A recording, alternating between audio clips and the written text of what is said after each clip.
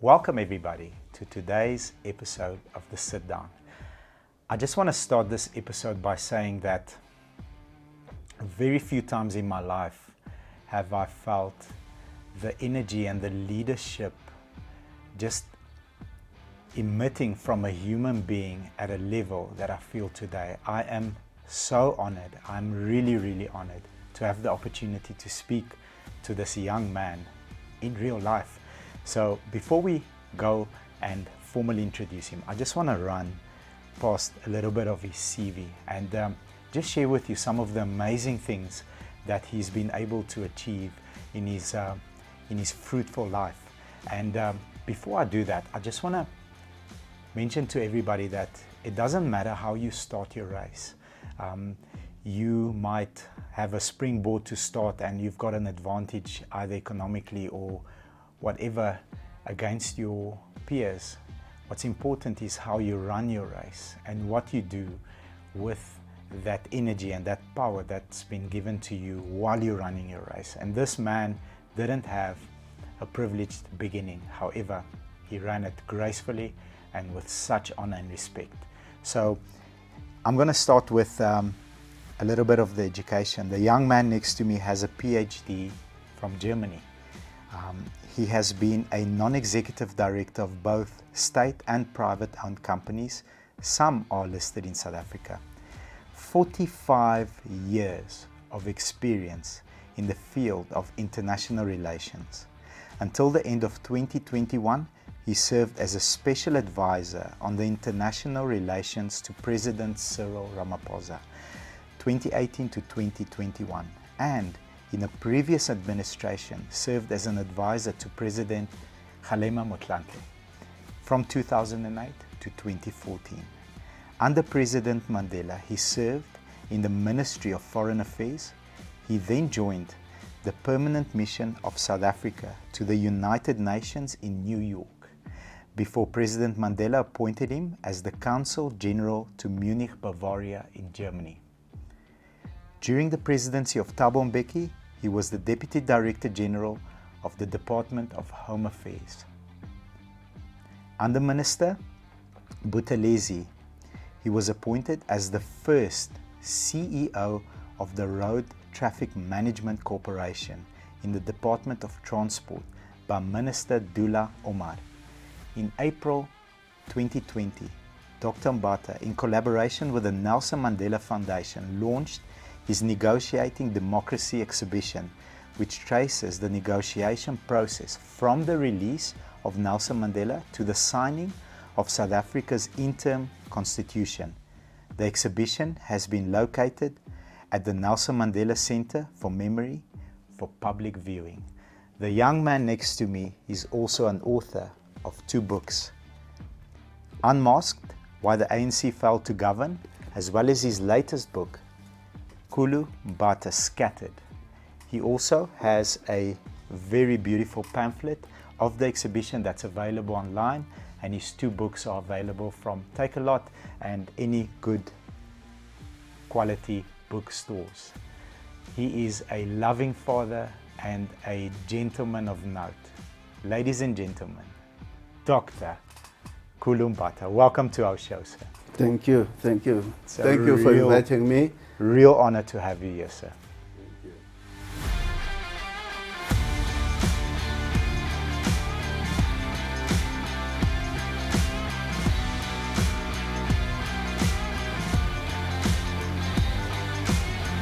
So, sir, my favorite question, one of my favorite questions. If we could, boom, with a snap of the finger, go a couple of years back to the time when you're 17. It's only like 10 or 12 years ago. And the 17-year-old man walks into this studio, takes a seat here, and we have a conversation with him. I know that's a very difficult time in our country. It's a very unstable time in our country, and you're at a very tender age. How are you processing life? What's going on in your brilliant mind? What is important to you? Is education important to you? Is sport? Are you looking at sport? Like, what is going on in that brilliant mind? I'm 17 years old. My parents, or my favorite theme when talking to my mother is that I'll be a doctor one day. Beautiful. I'll be a doctor. So I'm giving my all to education. But as I enter high school, I'm confronted with teachers that are influencing me differently. They are making me look at the reality around me. A teacher like Thomas Mantata, who at that time I don't understand, but I take him as a very strict person, because if you don't follow his instructions, you get punished. He wants us to read the Rand Daily Mail. We think it's because of the English in the newspaper. Yes. But actually, in these newspapers, there is more about our life. There's more politics. Okay. There's more about who got arrested, for what, and what's happening, because the other newspapers don't report about this. Okay. But Rand Daily Mail at that time is reporting what is happening also outside South Africa. So he's trying to open our brains, but we think he only wants us to learn about English. So my world changes, and by the end of the year, I've changed. I no longer want to be a doctor. A doctor, okay. And I don't tell my parents. It's also in my book. Okay. But I tell them I'm going to please them. I'm going to work hard so that I can pass matric. But I'm now interested in history. Okay. I'm not interested in what's happening around the world. I'm not interested, what is this thing, World War? People were killed, millions. But there was also cruelty. The killing of the Jews, concentration camps, people being put into crematoriums. And all this is new, and it's coming, in loads and loads of information, and it's changing my world. I'm beginning to learn about Sharpeville massacre, what it meant, what happened, and people opposing the carrying of passes. And I know that I grew up with a pass, and I was eager to get this pass because it gives you the right to walk the streets of South Africa, of Johannesburg. I'm young, and during our times, as I was 16, 17 year old, Saturdays by 12 o'clock we had to be out of town. If you are found in town, you can get arrested. So this is the 17-year-old who is undergoing real change in life and understanding my social environment. Wow, love your answer, sir. And I love the fact that your teacher enforced almost an enforced activity. And it's not only about reading English, it's more about, listen, there's a big blue planet out there. This is not it. This is historically what happened in Europe. Yeah. Cruelty, concentration camps. It's opening your eyes to look past your neighborhood and your immediate environment. Exactly. Beautiful, beautiful answer. So I pick up a very excited and very, if I may, interested 17-year-old young man that wants to learn.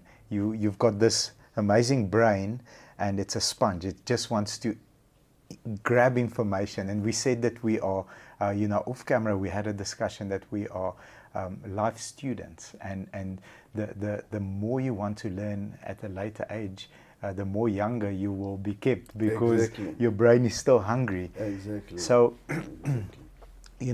navigating, passing matric and navigating life, how do you end up in, in the amazing positions that you've been? I mean, you've been to represent our country in the UN. You've studied in Germany. How does that journey take place, sir?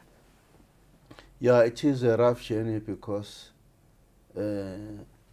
I've passed my matric. I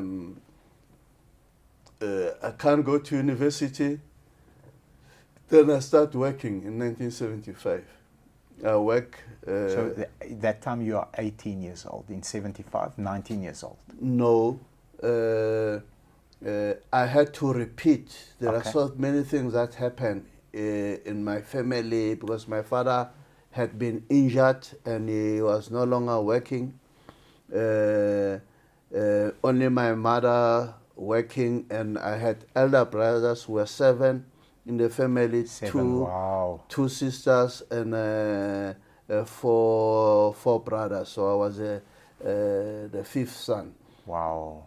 So, but my brothers, because of the injury of my father, they left school and really... Had to support the family, sir.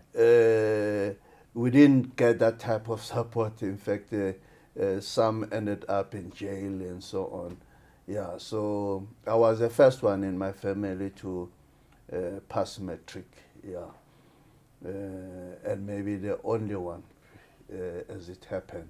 Wow. And, but I couldn't go to university because I couldn't get a bursary, I didn't have enough funds. So I had to work. I worked 1975, I was 21 years old. At 22, 1976, the person, Mr. Shimin, who used to employ my father, then became sympathetic to my situation and then agreed to give me a loan. Okay. So that I can go and study at university. Beautiful. So I was looking forward to be a teacher, you know, what was open to us during those years. So I leave my work in February and go straight to University of Zululand. Okay.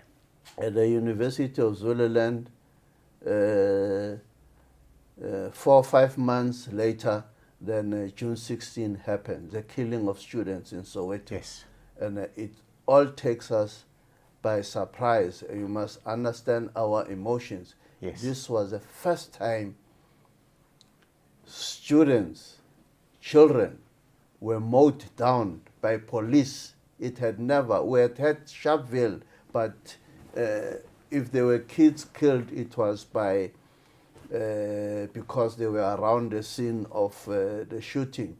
But this time, the bullets, were directed at the young children. When we received the first picture of Hector Peterson, we were moved.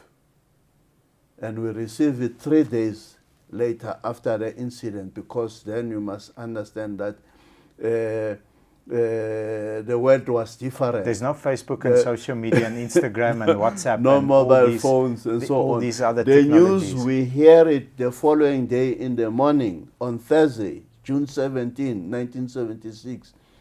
Then we say, what, killing? Then we started debating. We went to the dining hall where we gathered the students. What happened? Why were the students unpacking killed? Everything. Yes, yeah, unpacking. We unpacked that the whole night. But in the morning, we never slept. In the morning, Friday, June 18th, we get the newspapers with a picture, and we're all moved. And there was just, it was there, we're not going to continue learning. The anger of us. By 8 o'clock in the morning, the university was burning. It was burning. There were police helicopters, and I told my friends, colleagues I came with to the University of Zululand that we must go and pack. I don't think there will be normal life after this. We went to pack our suitcases and were dragging them out of the yard, and everybody was going out. A very close friend of ours who had joined us was arrested. We continued. So we took transport to the station, Richards Bay in Mpangeni, and then we to Durban, and then Durban, the 19th Saturday, we took a train back to Johannesburg. We arrived Sunday, 20th June 1976 in the morning. It was my birthday. It was your birthday. My birthday. I was born on Sunday, 20th, 1954. Wow. But nobody knew that we were coming back. By the time I arrived home, I knocked at the door. It was a very cold Sunday. Everybody was sitting in the kitchen around the coal stove. And I knocked, opened the door. Everybody was surprised, happy that I'm back, because Soweto, the smoke from the burning of schools, beer halls, of cars, and so on was still hanging.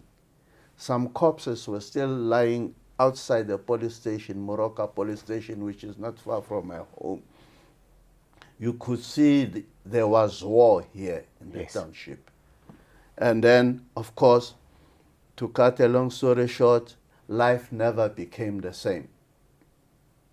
Participating in demonstrations and demonstrations until I left.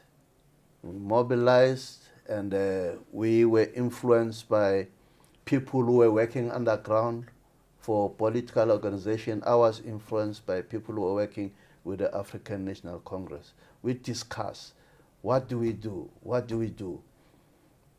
We must do something. We must do something. You know, this revolt, it was against the system, but it was quite clear also, it was also against the authority of our parents, because I remember very well my father and my mother saying, these demonstrations, their children are being killed. Maybe they must come to an end, because this government at the end won't give up, but you'll end up being dead. And we say, no, we're going to fight them. We're going to fight them. But we had no weapons. Yeah. So it was quite clear where to go out. If there's military training outside the country, we'll go for it. As you know, it was the largest exodus that South Africa experienced, of young men leaving the country, crossing the borders into Swaziland, Botswana, and Lesotho. I went through Swaziland, and I ended up in Tanzania, Dar es Salaam. Of course, once you land here, you realize it's a totally different world. Different planet. You had never imagined that you will end up in such place. First, just the climate. Yeah. It's very, very, very, very, very hot. The temperatures are Coming out of the plane, having flown for the first time, and said thank you to John Foster for making it possible for us to fly with the plane. So we land in Dar es Salaam in the late evening. We are being taken by United Nations trucks from the airport to take us to hotels in town. But as we drive through the streets, roads, it's not familiar. We say, no, this is not the place. Maybe we are passing here. Well, maybe Dar es Salaam is another place, but it's getting darker. And then we arrive in town. We had never seen people relaxing outside in town, drinking tea or playing game. We said, what is happening here? Something doesn't feel right here. Because we're not used to it. Yes. There was no nightlife for us as blacks in South Africa. So now we see these black people. Say, hey, these people, maybe it's a holiday. Anyway, the first night, then the following day we realized, no, this is it. This is Dar es Salaam. This is it. My God. That's why I always say, if we had a picture of how exile looks like and how life is there, we wouldn't have left different South pictures, Africa. Anyway, the main political organizations was PAC and ANC. And of course, I consciously decided to be with the ANC. Some of the people I came with, they decided to go for the PAC and so on. So we're divided. We got divided very easily. Some decided to be independent, and if you're independent, the United Nations take care of you, and then that's it. And we separated. It was very bitter. It was not an easy separation. I can imagine. To separate from your friends, you know. Yes. As I said, 76, I was 22 years old, and there were very many young people. There were people who were 13, 14 years old. As and young some as that. I knew, and I thought I should rescue some of them. Yes. Because the ANC promised that those who want to further their education, they can come to the ANC. The ANC would make it possible to do that. Whereas with the PAC, they said, no, everybody is going for training. So they look at those that wanted to further their education as being cowards, you see. Got you. So, but because of the radicalism and anger in us, the majority of us wanted military training. And of course, the ANC was providing military training, and the majority of students and youth joined the ANC. It was better resourced, you know, because of its relations with its sponsors or people supporting the liberation struggle from the Soviet Union, East Germany, the GDR, and other countries. So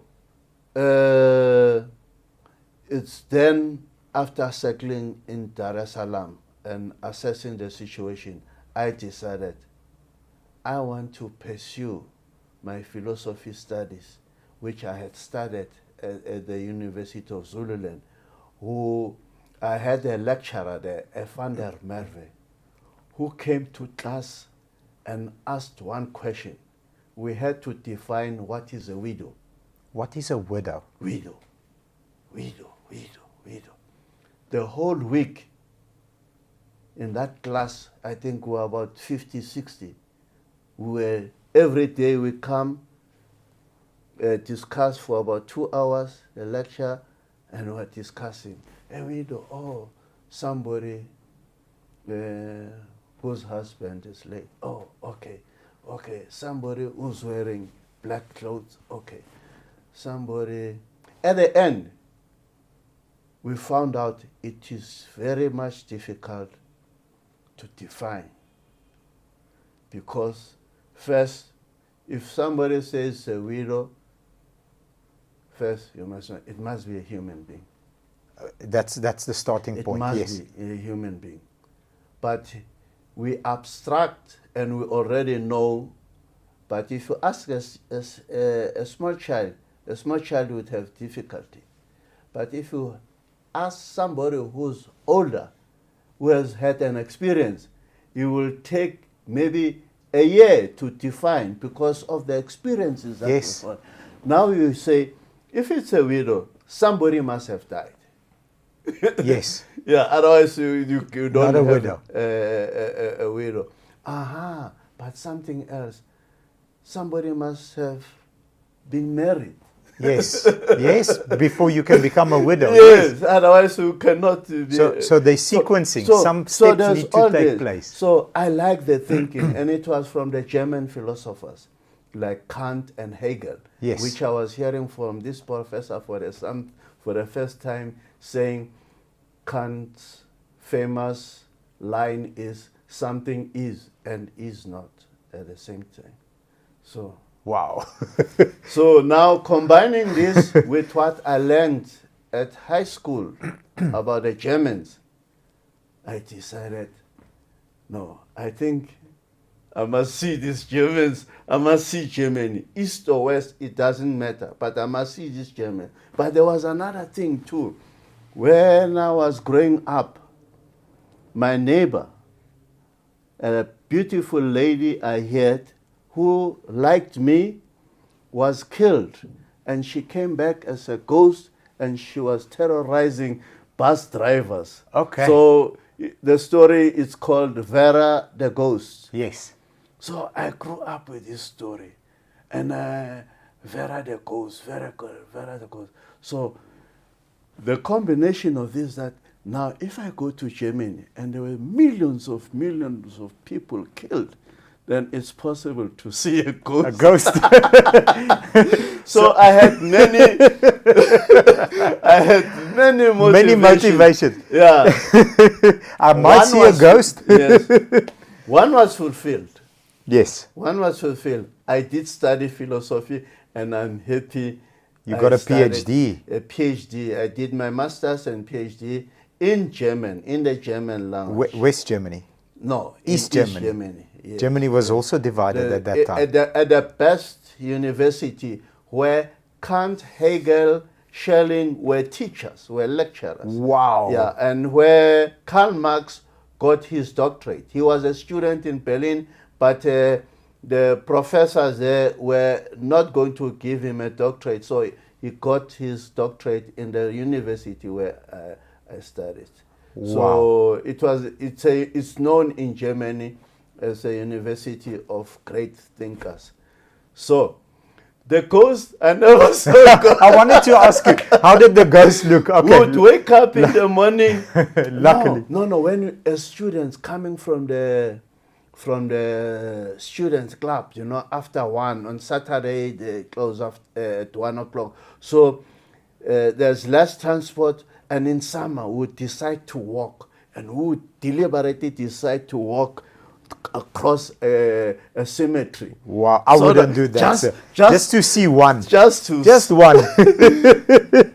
I was disappointed. I never saw a ghost. Thank goodness you didn't. Sir. Yeah. But the philosophy that I learned to, it clarified my thinking that, no, actually there are no ghosts.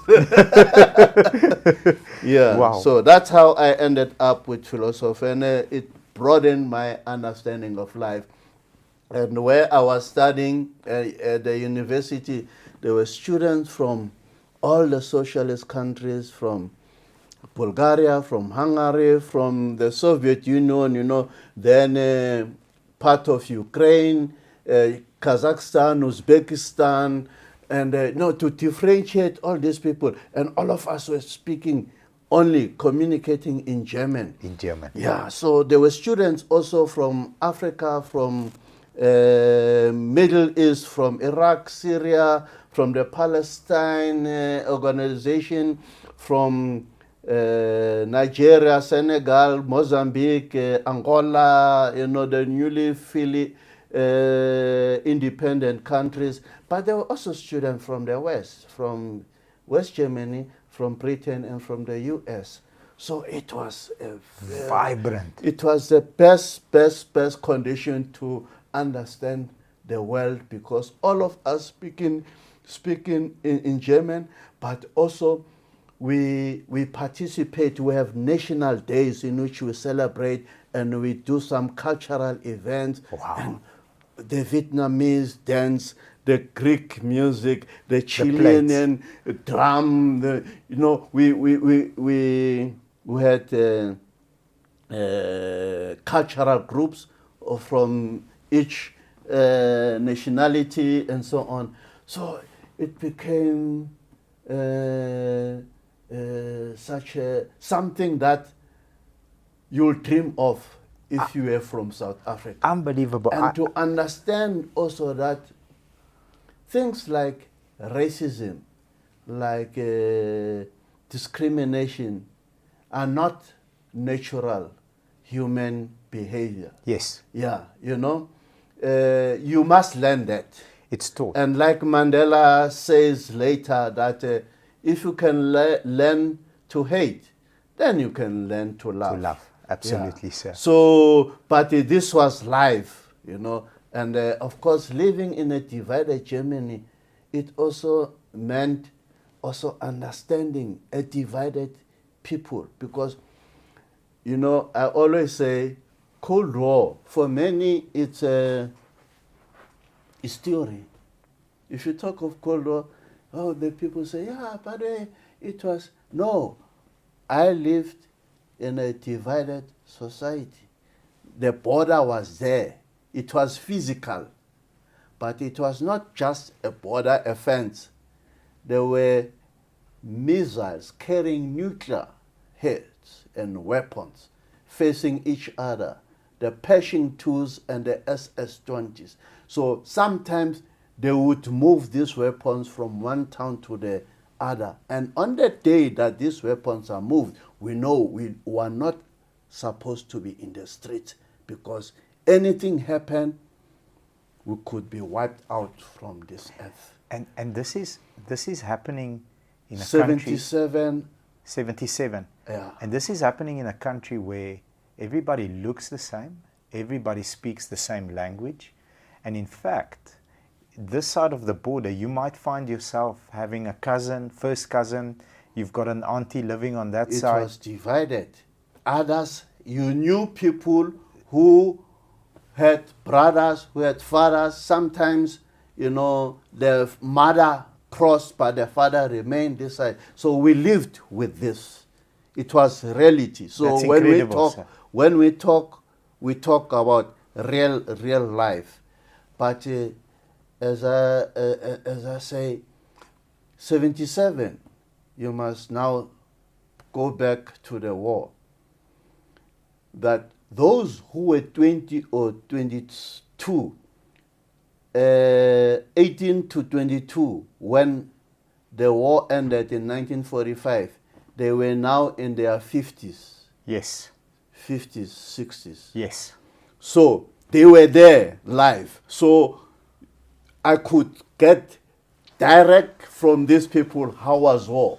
Now remember, it's society, it's life. In class, of course, we had party people. Yes, but young. in the streets, in the bars, we had people who never wanted to see the Russians, who never, you know, they didn't say the Soviets, they said no, the Russians.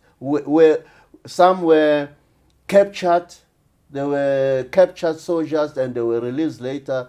Some were in the field, some were generals, you see. So you meet these people and they talk, war becomes life. It's not a book. It's not a book read story. This is what happened to me when I was 20 years old, and this is what happened to me when I was 22. The experiences. That's incredible. Some became teachers, some became engineers, because, as I say, you know, later that now to see how Germany, after these ruins took place, how they built new cities, how incredible. Because once people are educated, once people have skills, once it doesn't matter what ruins can take place or an earthquake, now you could see it from the pictures how these cities were after the war, and you see them now, and it's oh, this is great.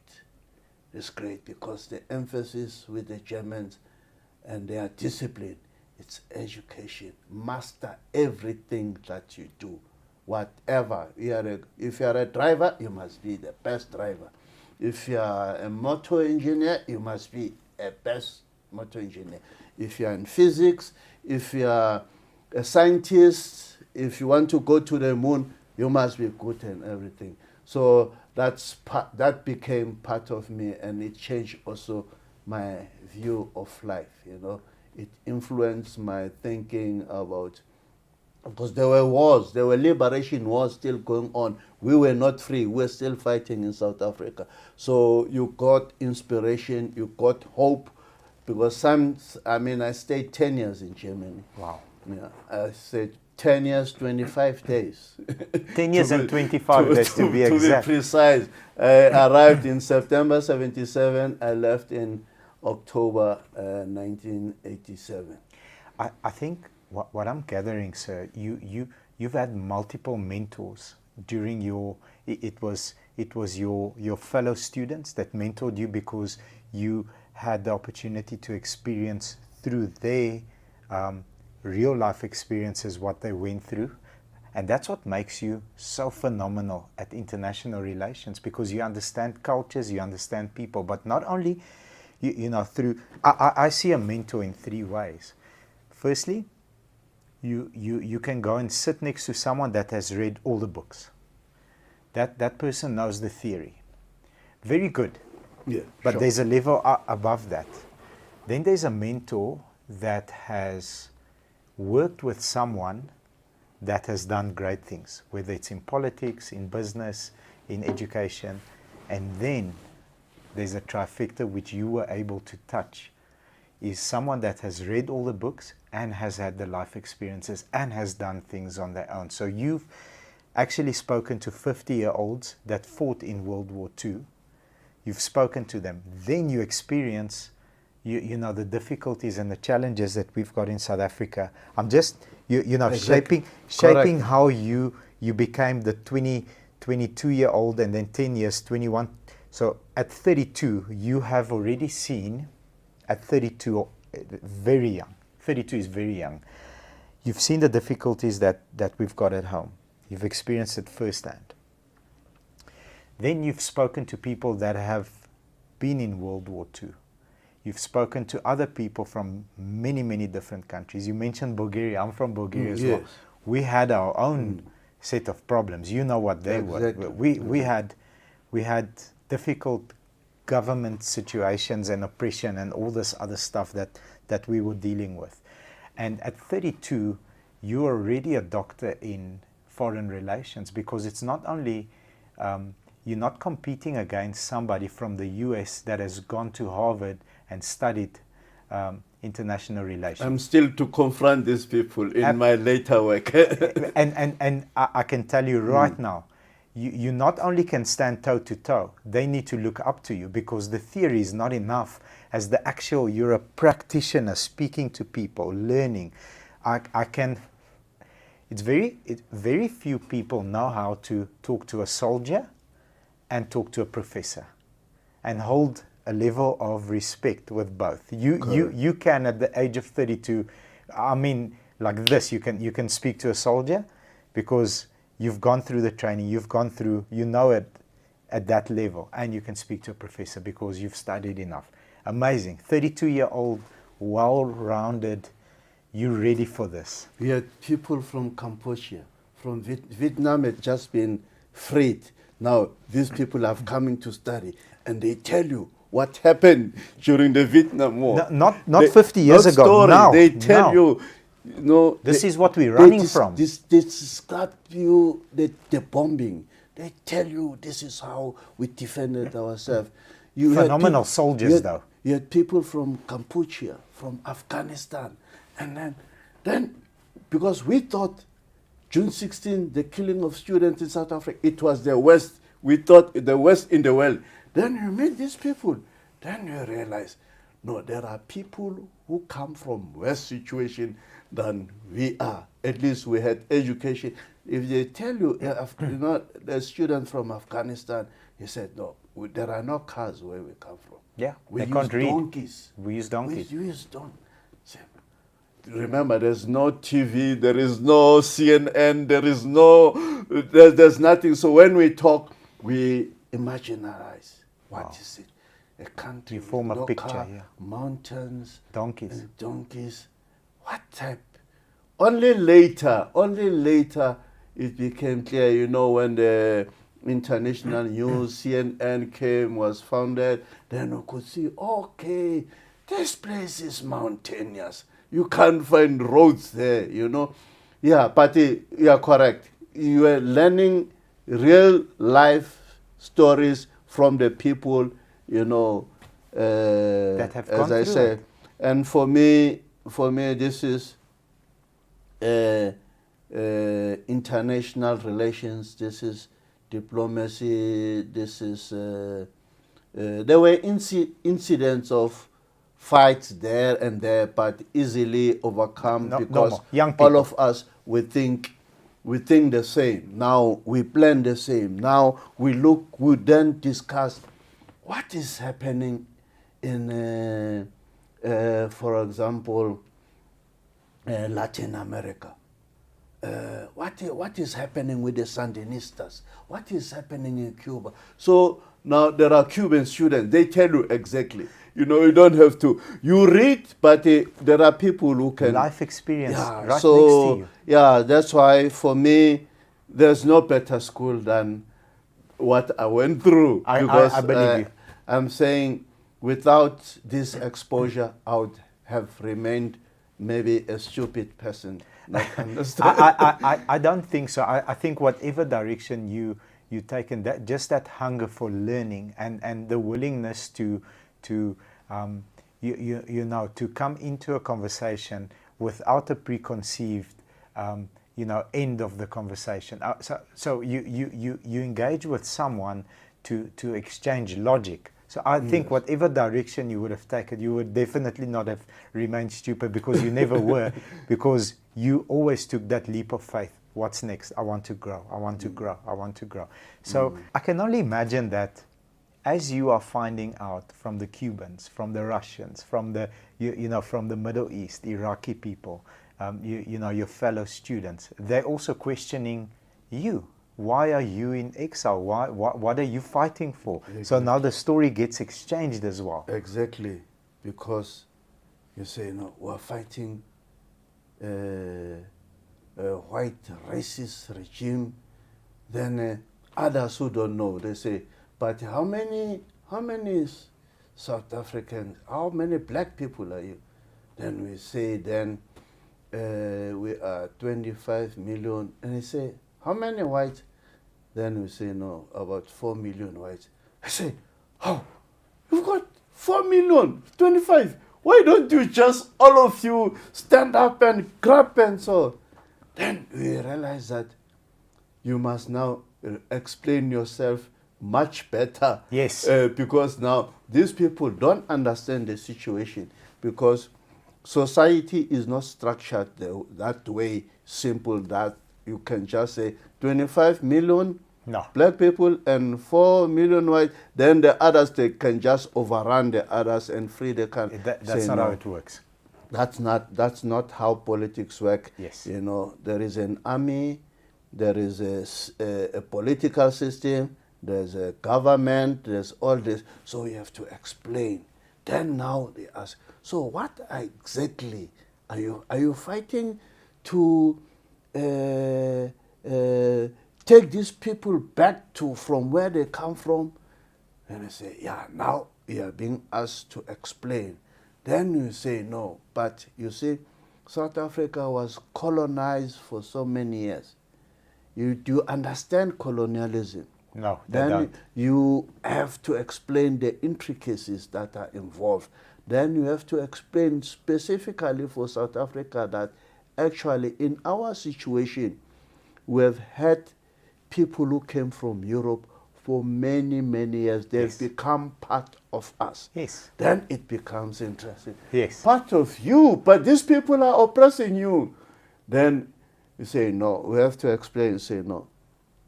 It's a system. The system is such that they are running, is such that it privileges whites. All whites are privileged, but not all whites support this system. Yes. Not all whites support this. There are whites who are fighting with us. Yes. And they are in the ANC. I said, you have whites in the So now what I'm trying to explain is actually what we are facing today, because now these things have reversed themselves. And then today. But then it was a question of analyzing our situation in such a way that it makes sense for people to support us. Yes. To see a need that these people, they are fighting a genuine struggle to be liberated, to have equal rights in society, to have the right to vote, to elect a government that is expressing the will of the people.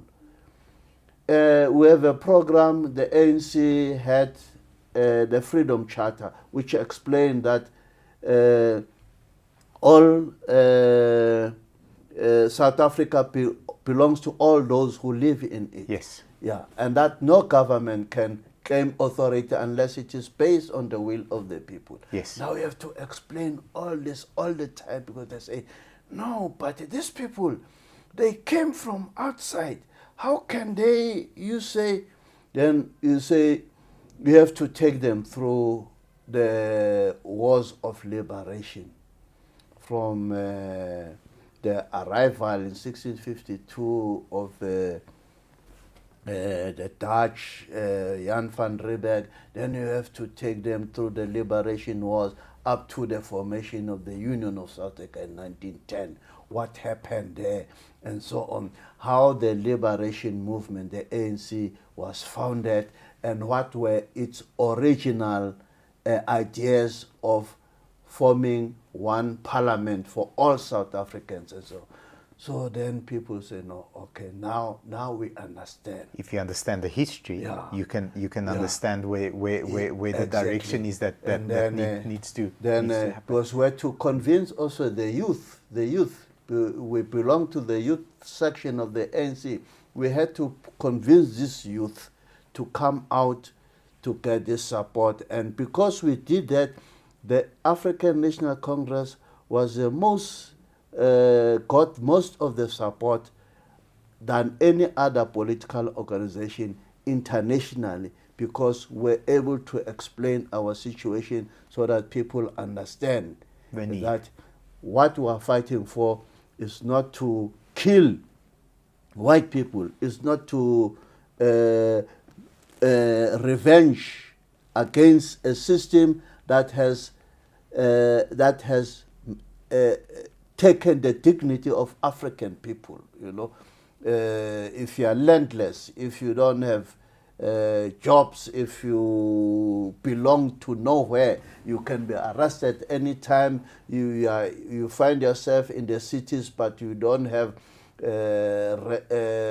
permanent residence in the cities, whether it's Durban, it's Cape Town, Johannesburg. So you live a life of a fugitive, you know, in your own country. Then people then say, no, we'll support your struggle until what? Then you say, what about the armed struggle? What is the armed struggle? Because there are those who then say, no, but we can support you, but we can't support. You say, support by whatever means. Yes. As long as you understand that our armed struggle is necessary because we have no other political space to express ourselves in South Africa. Yes. We are not part of the system, and we have been banned. Yes. So the armed struggle becomes the only answer. And then we'll therefore quote why Mandela is in jail, you know, and all that. Then people then, oh, okay, we understand now. Now we understand. Until then we arrive to the level of where the balance of forces changed internationally, also in South Africa, where we reached a stalemate, and there was no way out, both for the white regime and for the ANC. We had to negotiate. Yes. And that's why it's important for younger generation to understand what happened, because if they don't understand what happened, they are likely to repeat the mistakes that were done many years ago. Need to understand history, absolutely. But when I finished my doctorate, then 87, I went back to the headquarters of the ANC in Zambia, and later I was appointed as a chief representative in Greece. In Greece? In Greece. Wow. And then from 1988 to 1990, when I came back home, I was the chief rep in Greece. Also, I must mention that I met my wife who was my classmate. Okay. We both studied philosophy. In Germany? In Germany. We met. Greek woman? She was from Greece. Beautiful. And my last book is dedicated to my children because they are Greek and they were born in exile. They kept asking me. They don't understand many things about me. I said, in the book, I'll answer all your questions. There we go. There's the book. There's a book now. They explain. My son has finished reading it. He has left me a nice message. I'll show you later. Beautiful. My daughter is still reading because she says, this is a difficult book because I never understood that you went through such things in life. So I said, no, take your time. It is a book with up and downs, you know. Take your time. Take your time. Beautiful. So I want to, maybe dive into some of the beautiful experiences and journeys that you've had with world leaders, with the likes of Nelson Mandela. I mean, you two worked hand in hand for many, many years. What was it like working with him? I was lucky that I met President Mandela before I returned from exile. When he was released, a month after his release, he came to meet President Oliver Tambo of the ANC because he had just had a stroke. He was incapacitated, and Mandela came to Sweden where he was recuperating to see him, and we were asked to join the President O.R. Tambo when he meets with Mandela. So that's when you first met. That first encounter was liberating in itself. You know? What did you, were you starstruck? What did you say to me? Were you like, hello? Because what do you say? I met him and I felt everybody in the world should know. I wanted to leave then because I took picture to send to everyone I knew. To say, don't you wish Facebook existed back then? There was no Facebook. There was nothing. And so that's amazing. And then I came back. My first duty from 1991, when I came from exile, to 1994, my responsibility was the National Executive Committee of the ANC. I was the coordinator of all its meetings. Not a single meeting that took place from 91 to 94 that was not organized by me. Wow, you were busy, sir. The venues, it's not like today. The venues, I had to find the venues. We never met at one place twice, because I had to move them. Remember, it was negotiation time, but the country... It was still shaky. It was still unstable. There were wars that were fought in the streets. You know, there was Boibatong, there was what, there were killings going all over the country. So I had to make sure the venues are secured. The food that they were going to eat, if it's a 3-day meeting at a hotel, we had to work with the people of the hotel so that we don't have a mishap about food poisoning. Yes. We had to have people who would look after the leadership. Yes. You know, coming to the venues and so on. So all that, the documentation and so on, there were no... of course, I wasn't alone. I was working with people, but I was the main coordinator of the meetings. That's a stressful job, sir.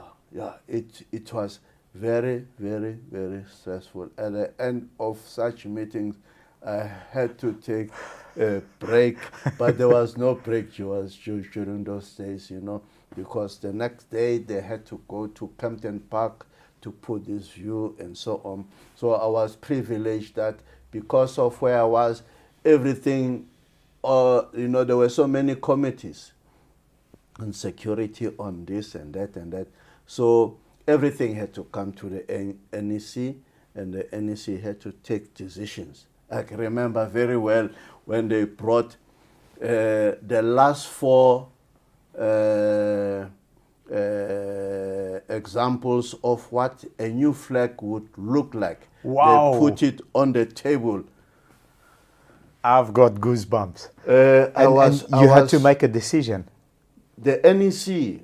Remember, I'm not a decision maker. Yes, but you were part of the. I'm part of the process. coordinator. I had to make copies of this flag so that each member has a copy, can see, and they had to decide. And the flag I hated most was the one that was I love the flags. that was chosen. I hated it because it was the first time. There was no other flag like ours. Have Yes. you No, recognized? definitely, There's no yes. flag like ours. No. You know, with a shape like this. I said, what is this?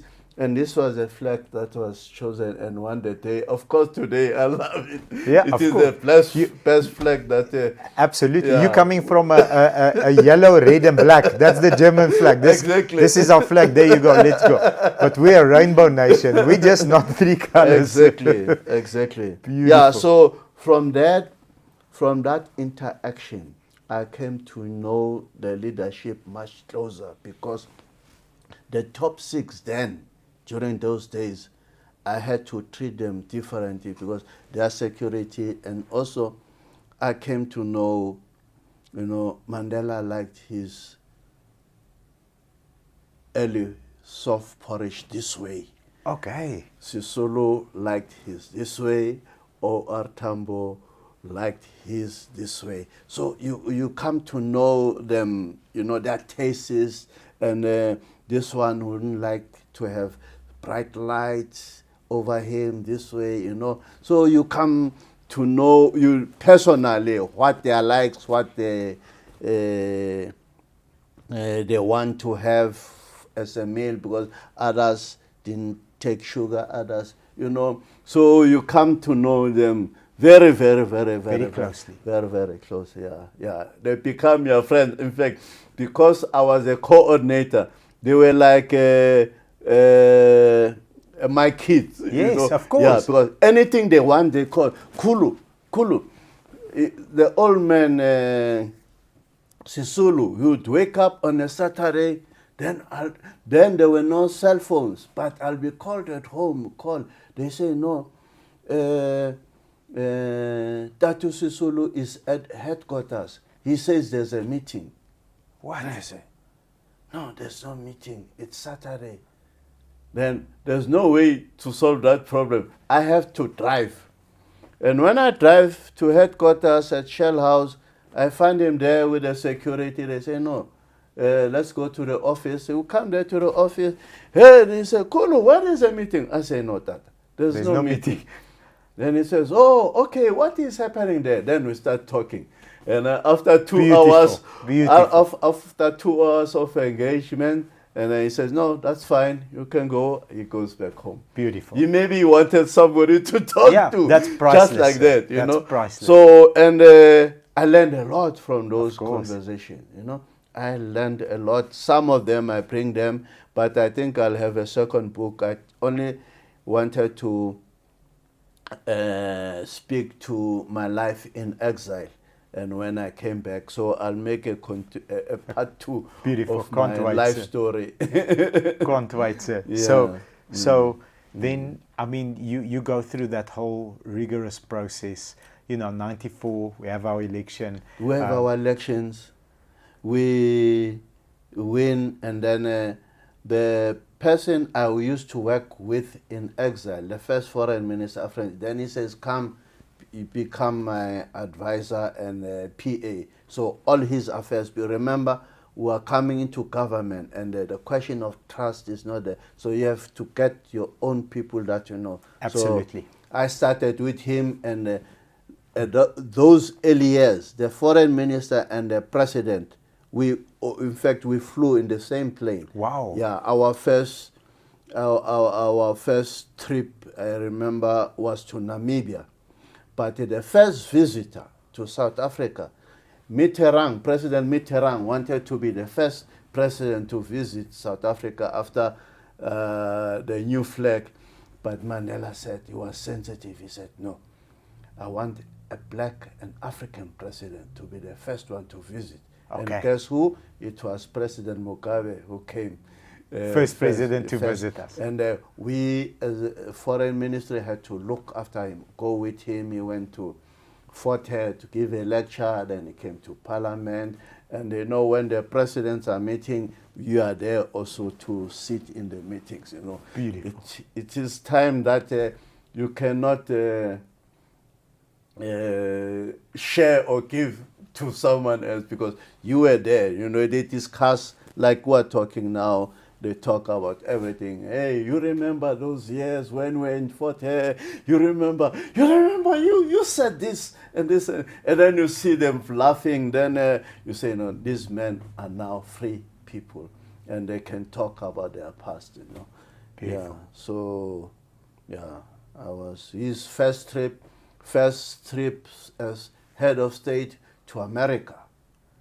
That is, who's president then? That is President Mandela, 94. It's still 94. Yes, and who's president in It's America? Clinton. Bill Clinton. It's Bill Clinton. Bill Clinton. Yeah, it's Bill wow. Clinton. So Yeah, we it's Bill Clinton. and you were part of the trip? Yes, Absolutely. Yes. We first started at the United Nations.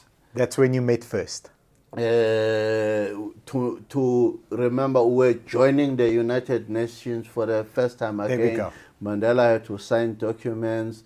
We were being readmitted Yes. because actually South Africa was suspended from the General Assembly. Yes. We were still regarded as members of the United Nations.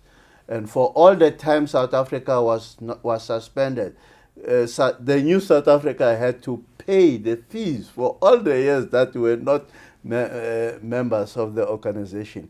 But it was so wonderful because it was like a king has arrived in Wow. America, the king of America, because sports people, you know, Muhammad Ali, the boxers, the number, Carl Lewis, the Wow. sports people, but then the business people, the all the names that you can think of, then the artists, you know, Whitney Houston, Roberta Fleck, Aretha Franklin. So New York was paying, every evening there was something happening. Unbelievable. By the time we went to Washington, and he was received at the White House, and again there, we stayed for a week in New York and a week in Washington, and it was the most pleasant time I've enjoyed with President Mandela. Yeah. Unbelievable. I have some of the pictures, but one day if you visit me at home, I would love the opportunity, sir. I'll take you through my small museum. I would love the opportunity, sir. Wow. And you know, absolutely deserving, because to display such political finesse, you know, with having gone through, you know, being in Robben Island, but I think you know, we all stand on the shoulders of giants, and I can honestly say that he was standing on your shoulders, because you brought into the dynamic the finesse that was required to be able to hold conversation, you know, with so many different, with the UN, and this is all how, you know, the river of life takes you through certain things, and like why would I end up in Germany? But this taught me this, and Yes. that led me to Greece, where, or that led me to meet my wife, and then later spend time in her, you know, native country of Greece, and learn a couple of things there that will serve me later. Yes, exactly. I And am learn to speak the fascinated. language. Learn to speak the Greek language? I say I speak the two G's of Europe. Okay, the It's German and the Greek. And you must remember that these are two cultures. Yeah. People say the Germans are cold people. No. Because they are strict people, you know, they keep Disciplined. time. If you say you arrive at 11, it must be 11, and so on. Whereas the Greek, this side, are totally different. They relax. You come 15 an hour late. It's okay. It's okay, and so on. You know, they are warmer. The climate is warmer there. In Germany, it's cold. Yes. Yeah, I must say, my long stay in Germany. At the beginning, I was exposed to snow and I hated it. But by the time I left, snow was my best friend. I love winter. You love winter. I love winter. I love winter. And every 2 years, I have to make sure I go back to Germany. Just to have that experience. Just to have that experience. I must say, when I was responsible for the National Executive Committee, one day I said to myself, you know, if someone asked, I was responsible for these meetings, what exhibit will I have? Because these were private, secret meetings. I decided, no, I'm going to take pictures. So that exhibition with the pictures, I took those pictures. Wow. That's why I could talk about the negotiations period, and those pictures that you see there, they are the only pictures that exist of them at a meeting place between 91 and 94. Unbelievable. So I'm happy that I have those pictures. Thank you for taking them, and now we are and able sharing to them with the world. You know, have an experience of history. That's a life-changing, course-changing history. That most people, for example, Mandela, he was our best diplomat. You'll never seen Mandela angry. I wanted to ask you. Smiling all the time, you know. How? But you see, having worked with the leadership I know Mandela when he's angry, when he know, but he kept this behind the scenes. When he leaves his office and closes the door, Mandela carries a smiling face, you know, all the time, wherever, you know. So it has been a privilege to know these people when they are angry and know them when they are happy. When they're happy and they switched on, because it's exactly. I mean, going out of his office, he needs to be switched on. Yes. You said he's our best diplomat. Exactly. I fully agree with you, because I've seen interviews with him being very much challenged, keeping his pose,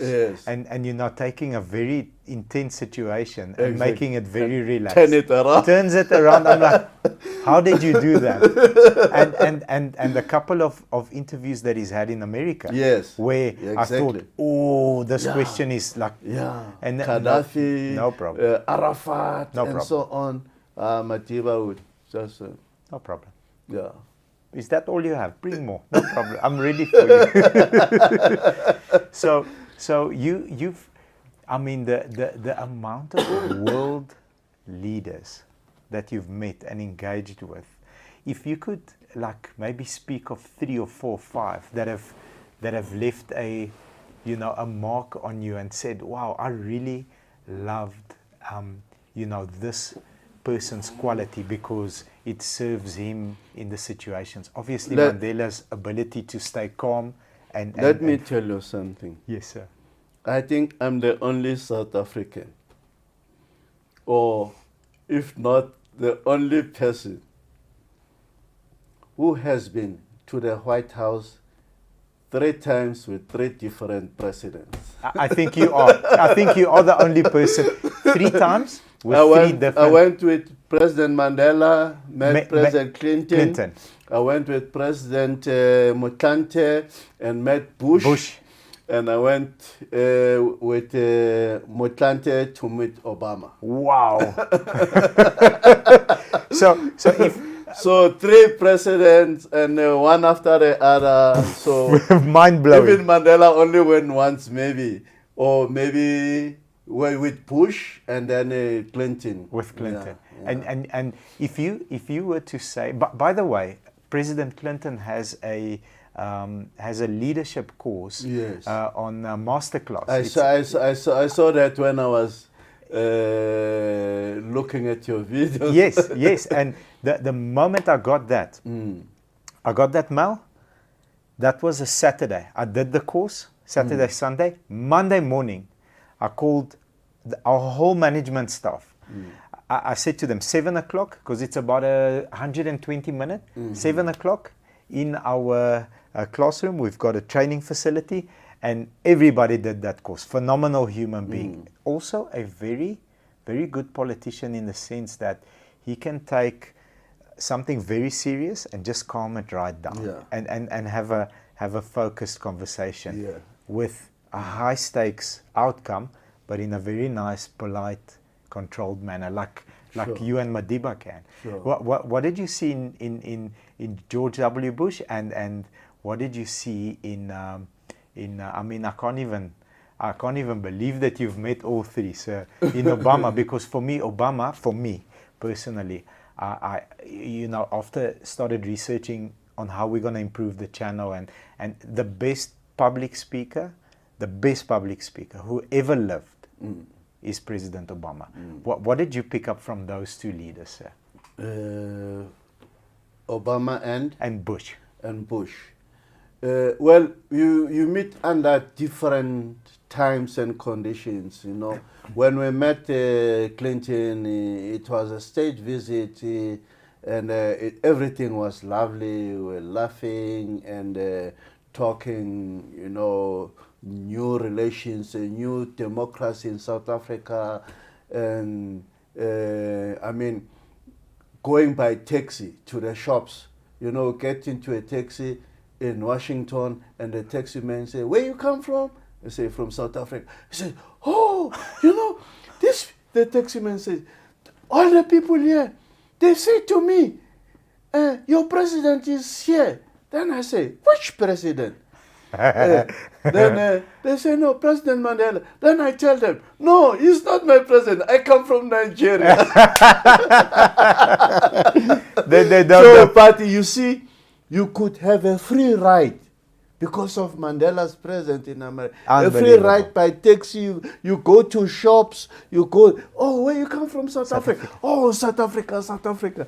You know, it was so lovely. It's an event. Now, when we went to meet with President Bush, it was after the crisis, 1998, the financial crisis. Oof.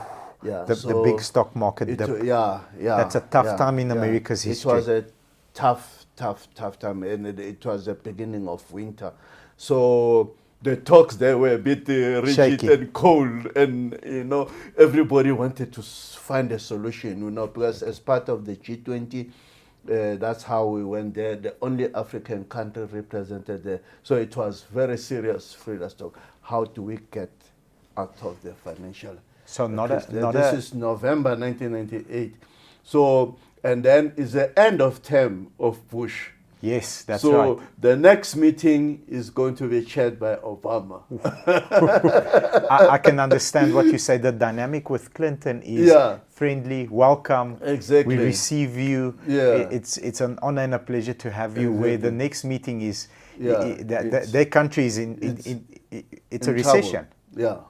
They're in the middle of a recession. Exactly. And I can understand the two dynamics. Very different. And Obama takes over to continue because he's now the new president. He comes in January, and in April he now takes over America, and you know, to sit behind President Motlanthe, and here it's Obama with his advisor.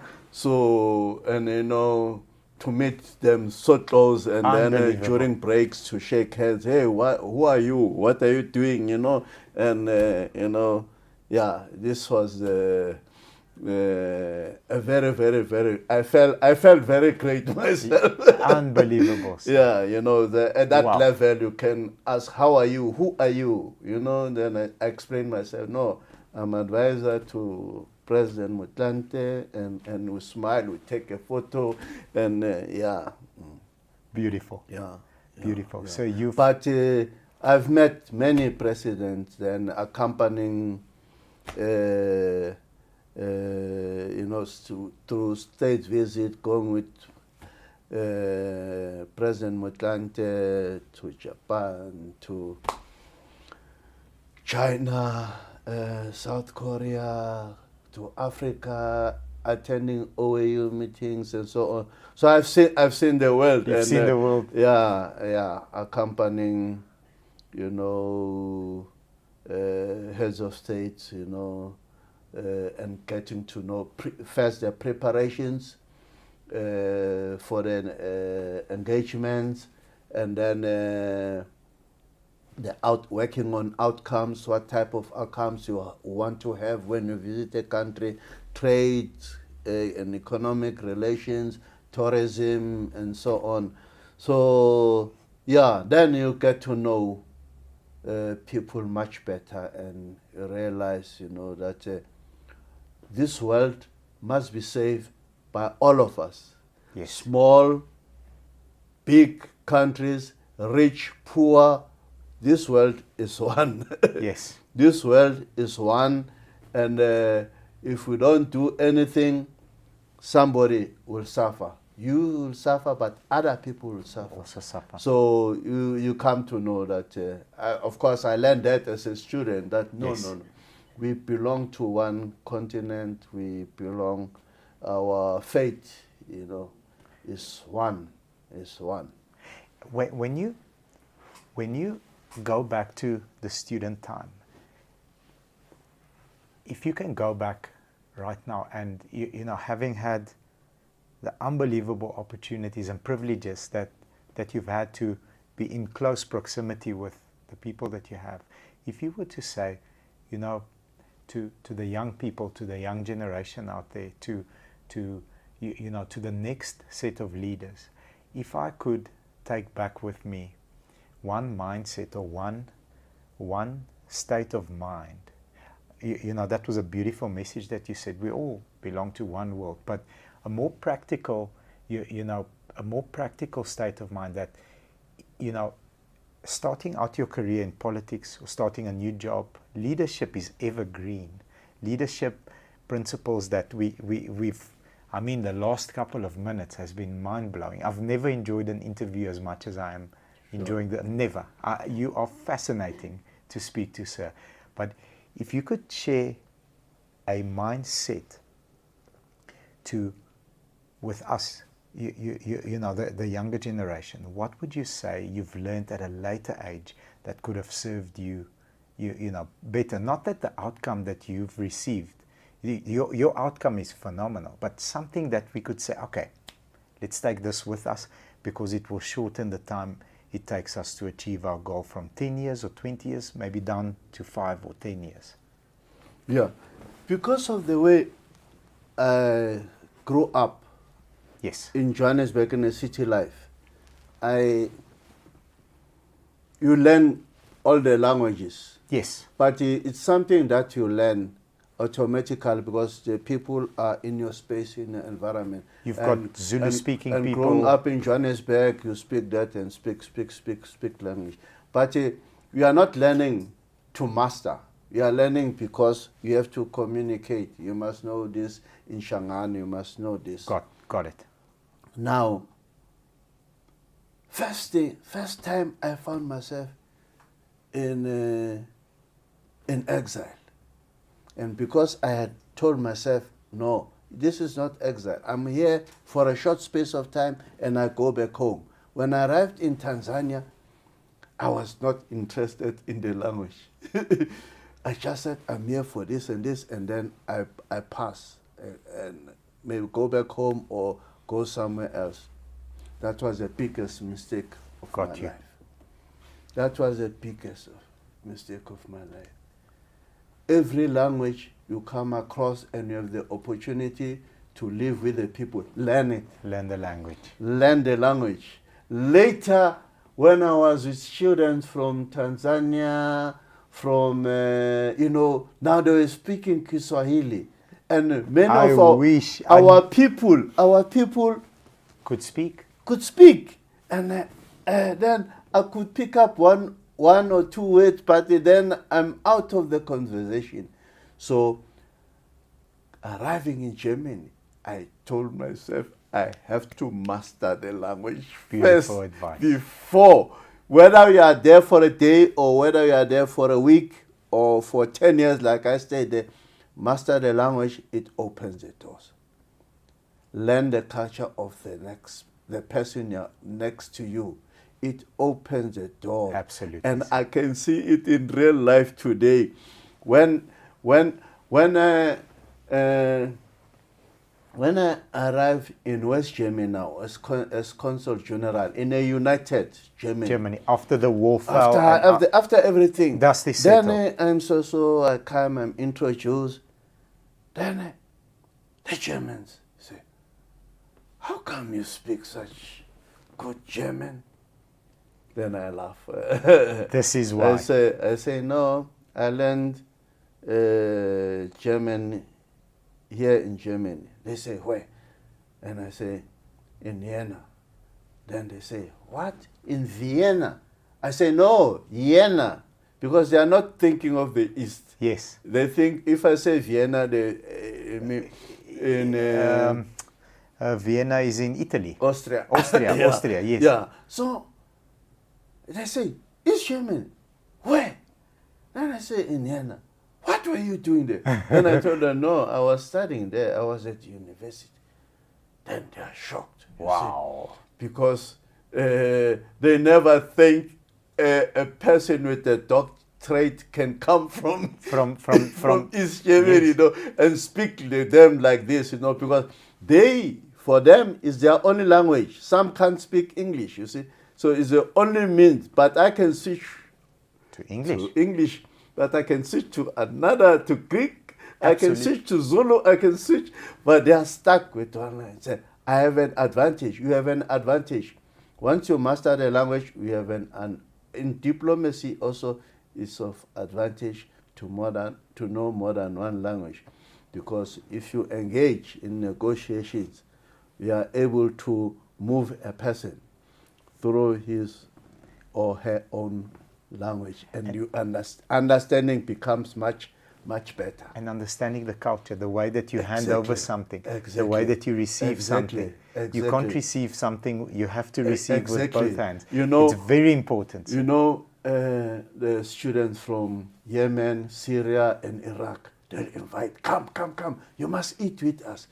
Then you are not used to their food. Yes. But you see, you can't say no. Yes. You can't say no. Then you go there. You go to their flat. No chairs. Yes. They've removed the chairs. Yes. You all have to sit on the floor. And it's one dish. Yes. And you have to with your hands. Yes. You have to. Then you can't come there and say, where's my plate? No. We all eat from, and it's so nice. Beautiful. Then you learn how to eat.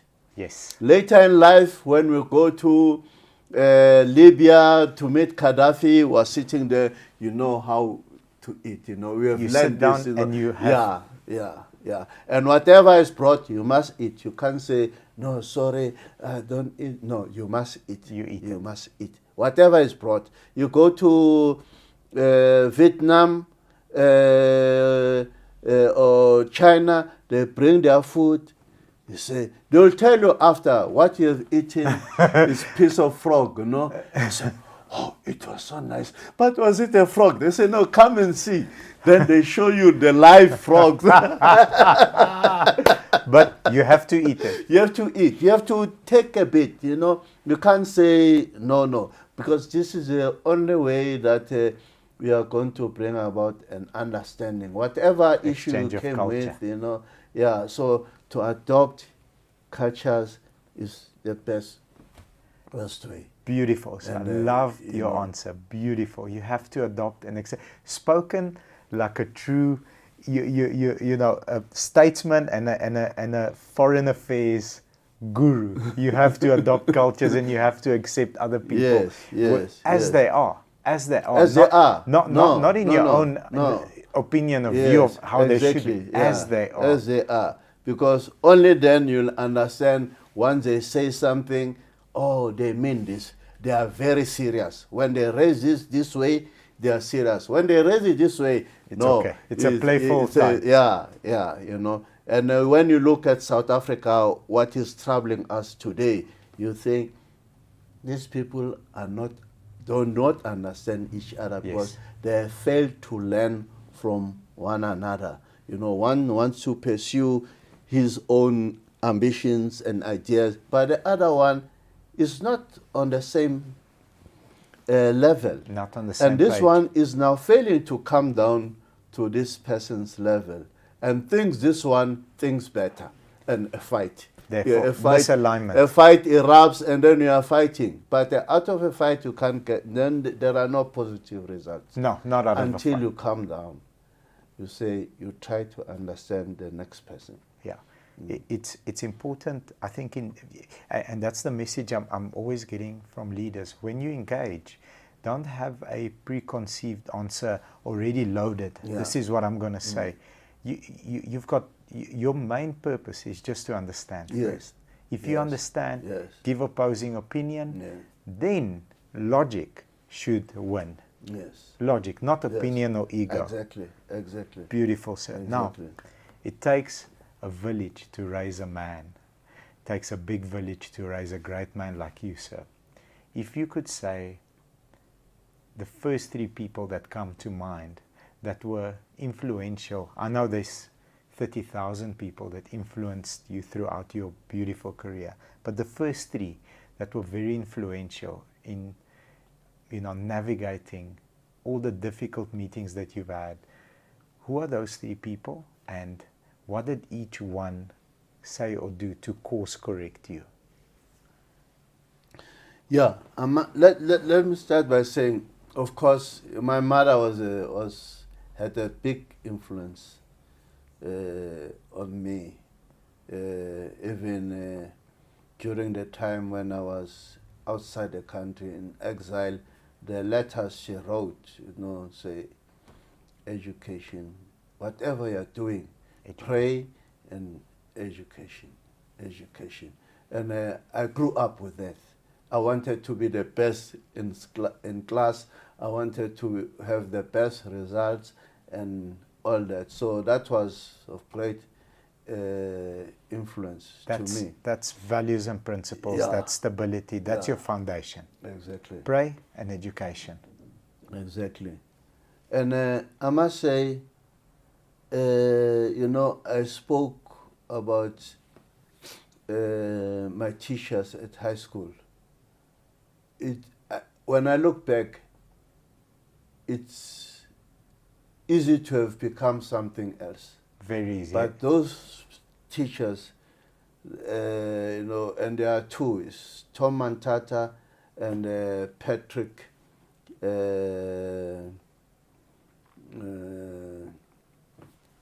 what's his name? Chabane. They didn't come to class to teach politics, but the themes that they dealt with,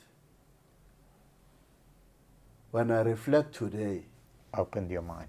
It opened my mind because they were saying, don't take the environment as is. It has had an influence on you, but that's a one-way thing. You must influence the environment. You must, because we are human beings, and the environment as is, it was influenced by other people to be the way it is, and you have the opportunity. You don't just exist.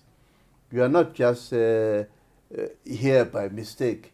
You are here for a purpose, and find a purpose. And this is, I think, I took from the teachers.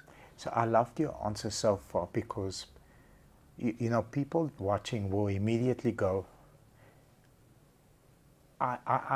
Dr. Khulu is going to say, you know, statesman. I loved your answer. Your mom started at a very young age and went throughout. The message was the same. From the time you were very small, right up to the time that you qualified. Message was the same. Pray and education. It wasn't a professor at a German university that influenced you the most. Yes, they did influence you. It was your high school teacher that said to you, don't be I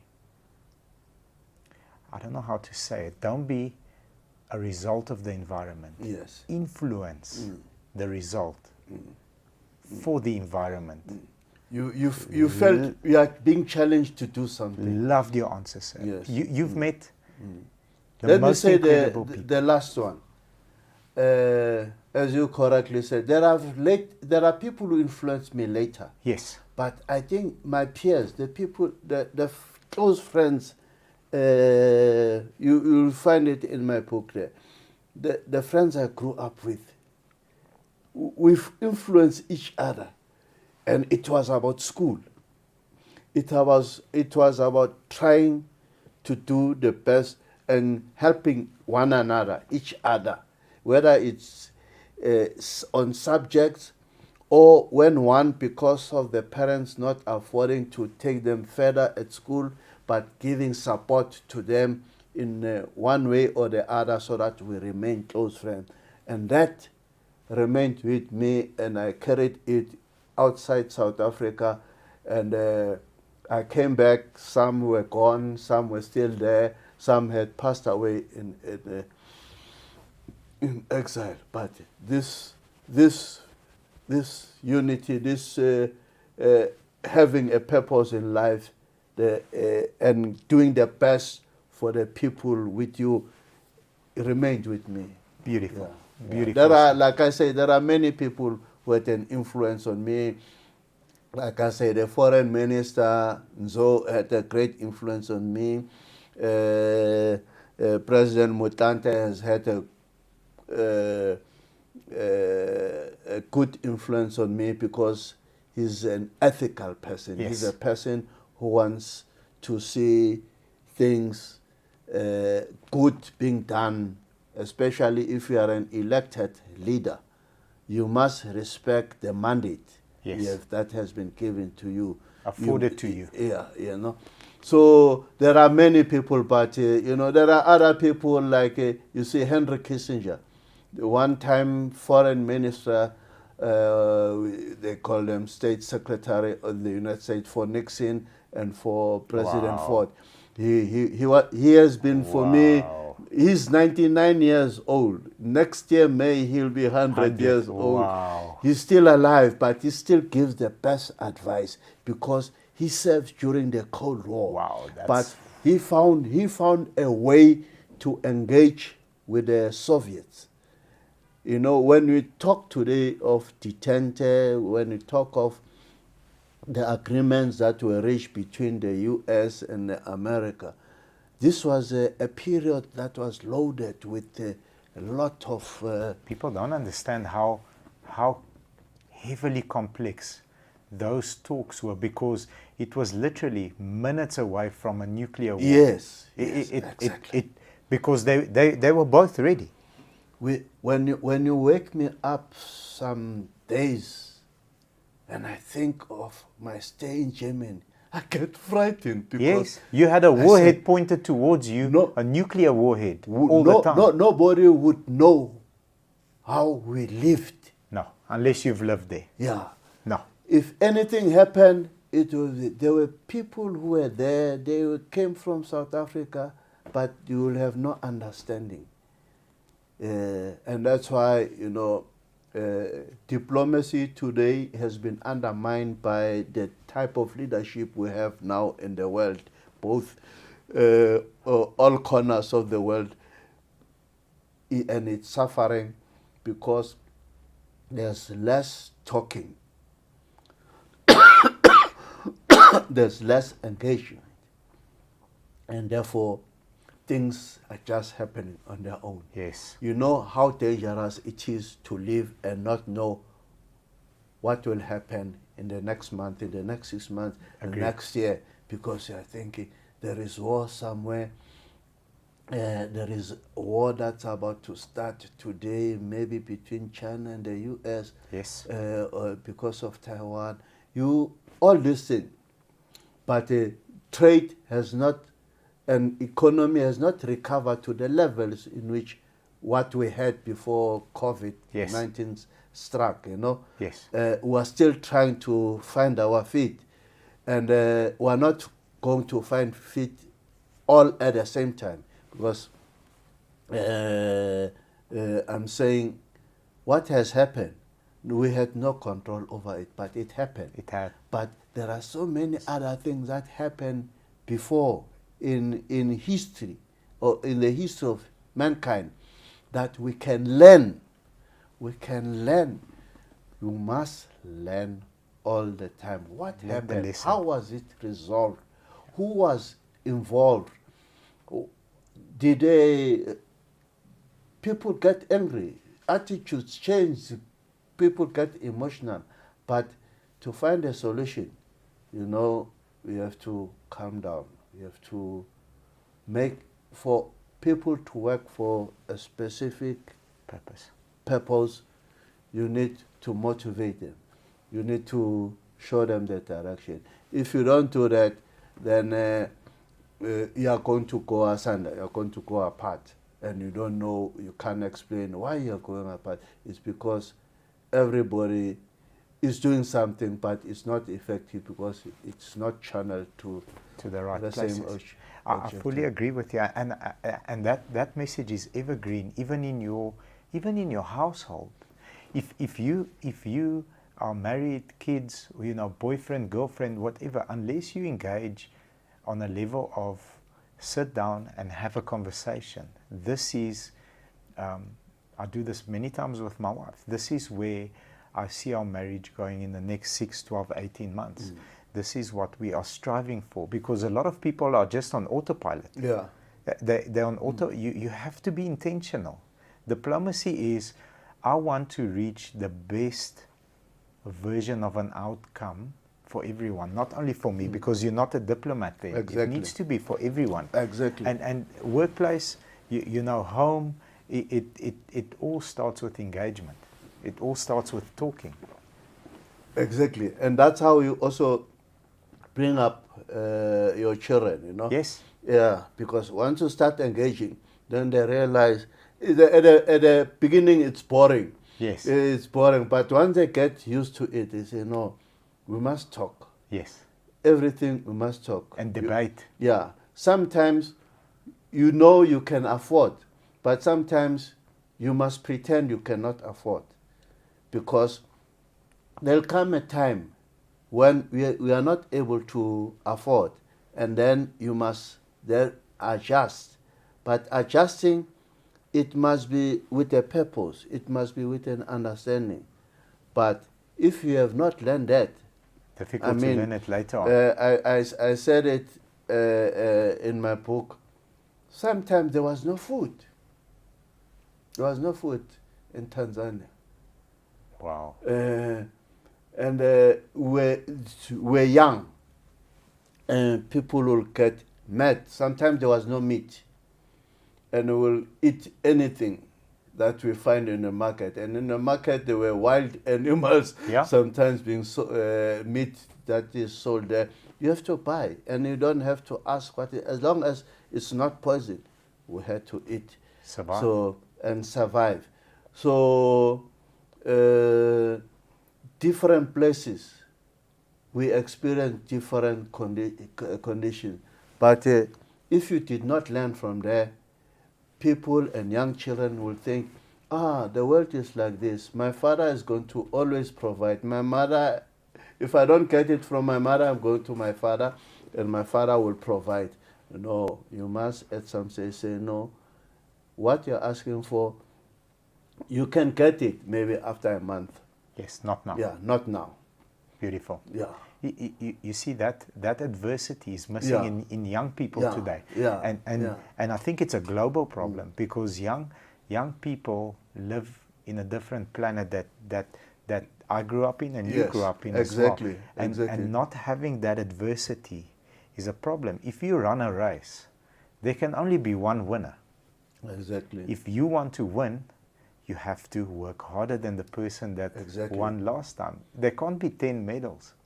the world has changed. Definitely, sir. So changed that because of the technology, Yes. technology that is produced by us, Yes. the world turns faster than Ever you know, like I mean 70s, 80s and so on. Today I take my mobile, I can engage somebody in New York and Tokyo same time, and I can tell them the temperature, Yes. the weather conditions in New York as I'm speaking Yes, to them. absolutely. And they don't need to tell me, oh, it's like this. I say, I can see. This is it's how- very hot in London today. What are you doing, you know? So now, this changes the conversation. It changes the way we relate to one another.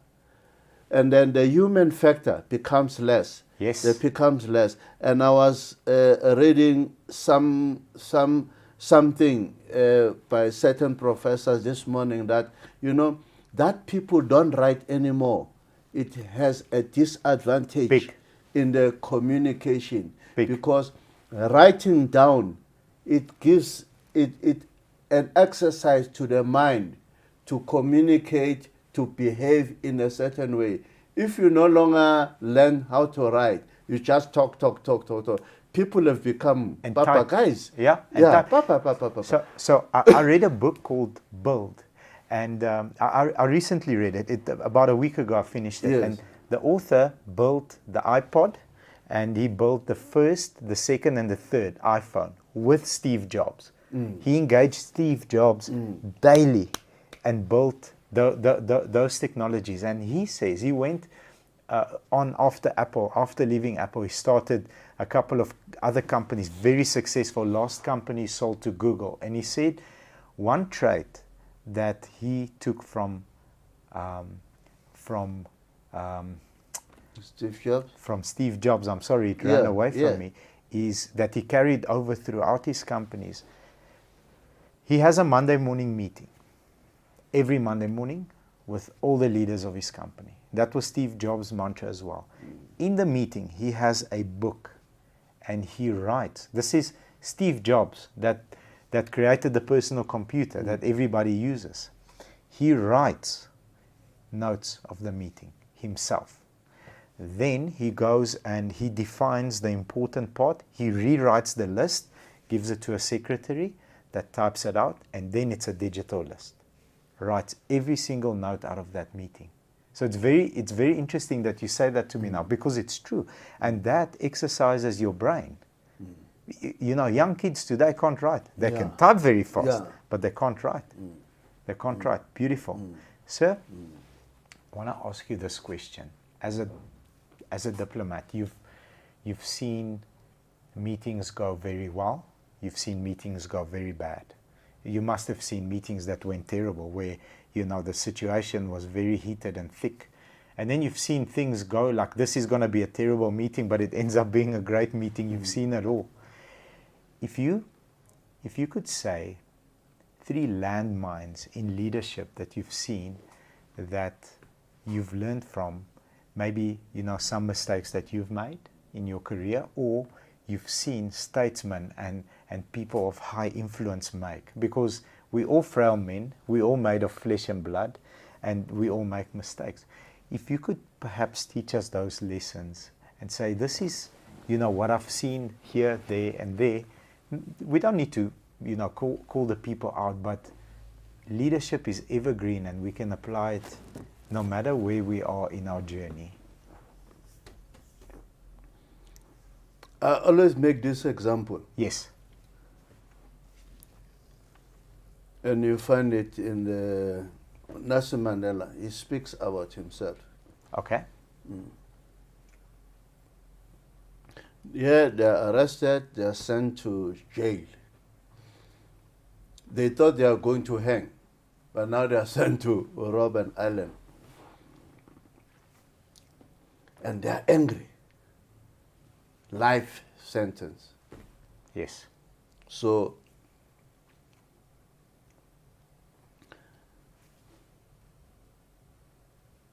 They arrived there, uniform, and of course you have been there, or you've seen how they're small their cells were, isolated, and so on. And then they stayed 27 years old. It's 24 for 27 years behind bars. Now, when they arrived there, they were young in their age. They were already in their 30s, but yes. That's very, very, very, very young. All they think of is the prime minister. Because before they went in there, Mandela used to write to the prime minister. He defended himself. He defended the group in talking to the judge and so on. You know, so this is the level. Now he's in jail. This guy who comes, open the gate for him, he's nobody. He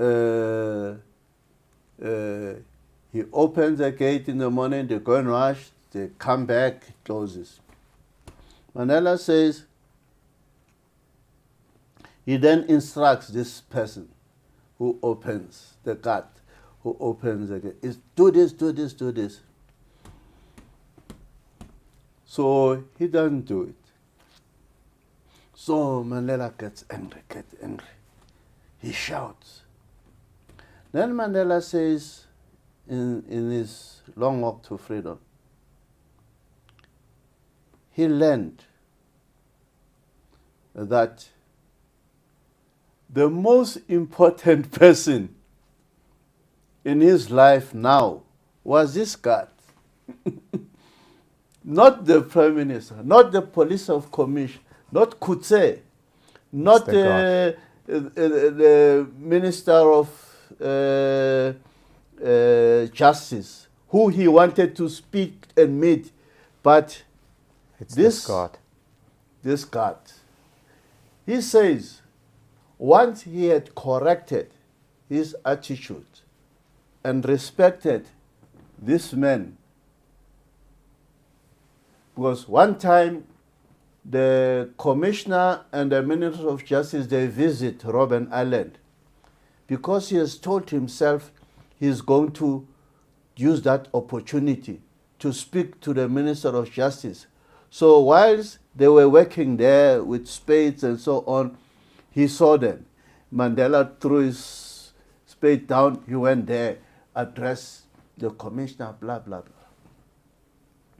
You know what happened? That night, he didn't get his food because the commissioner felt he disrespected him. And the guard, of course, had to take the blame. So he didn't get his food. So, in other words, Mandela says, I learned that if I have to reach out up there, this man is the most important. Beautiful. Is the most important person. And once that relationship became one, it was this man who will tell him what's going to happen. Yes. The following day, the coming week, so-and-so is coming. Mandela, this. Is this man who will smuggle something. And just to make his life comfortable. Yeah, you know, that's why they became friends. And when that was put in order, I learned from that. But I have also learned myself in, working with these old, elderly people. I learned.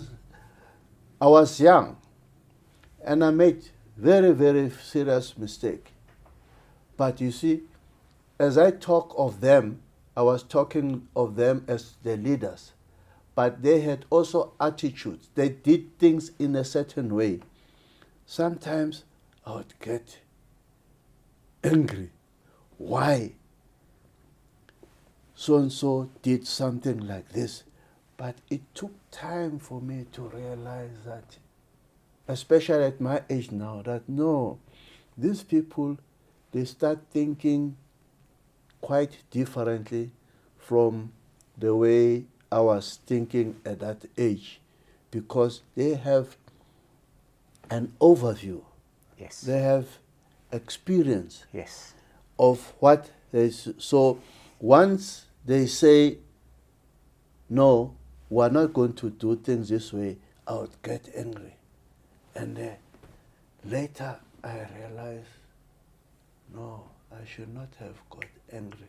I should have just got to understand how these people at that age think and look at things. They process issues differently because they've got perspective. You don't have perspective at that age. Exactly. You don't have the grey hairs yet. Exactly. But now, the combination of elderly people with young people. Young people also are like that. In fact, there is a comparison. That's why we say elderly people at once they reach their 60s, 70s, they become like children. Yes, that's true. They become like children. So you can also learn from children, and you can anticipate then that, no, their next move is going to be like this. Yeah, so I've had my landmines. I've said it about the language issue. I'm just thinking of what else in situations, you know, within the United Nations, within the AU, there are fighting countries. Yes. Countries that are that are very much in disagreement. Yeah. very much in disagreement, and sometimes it becomes very difficult to handle those situations. We had to deal with Zimbabwe, our neighbors, and ZANU, or Mugabe's Counterpart. party, would not listen to the other new parties that have been established in Zimbabwe. And sometimes you realize that there can be no peace among these people as long as they are seated the way they are seated in the room. It's very important, because sometimes people say, no, there is a resolution to everything. Yeah. There isn't. Yeah. Whilst these are the team players that are playing this sport, there's no resolution. I fully agree with you, sir, unless someone is removed. So now it means you must use a different tactic. You must engage the people In a different way. Individually. Not as a group. Yeah, because the egos are very strong. Engage them individually, so that when you come to a meeting, it's a meeting of equals. And I learned that also from the negotiations that were led by my political organization, by Mandela. If you don't sit there as equals, you are not going to find a solution. And that's why President Mandela, when the negotiations started, he said, anyone, even if you have 2 members or 3 members or 10, you are invited to come to the negotiations and have a seat and speak your mind, what you want, what type of a new South Africa you are envisaging. As equal. That paved the way. There were 1 or 2 parties, PAC later left and so on. There were 1 or 2 that did not participate, like the Black Consciousness Movement. But the others came, even from the Bantustans. They felt so that they can have a voice. A buy-in. You are part and parcel. But if you go there, not as equals, and you think because of your resources, your money, your exposure, you have the last say, it did not work. At some stage, President W. de Klerk wanted to do that and spoke after Mandela had spoken. And he said things that angered Mandela, but he had thought that Mandela was not going to reply. And Mandela stood up, the first Codesa. He stood up to reply and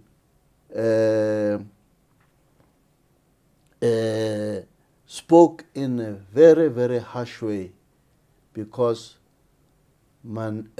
President W. de Klerk was trying to say the ANC is becoming impossible.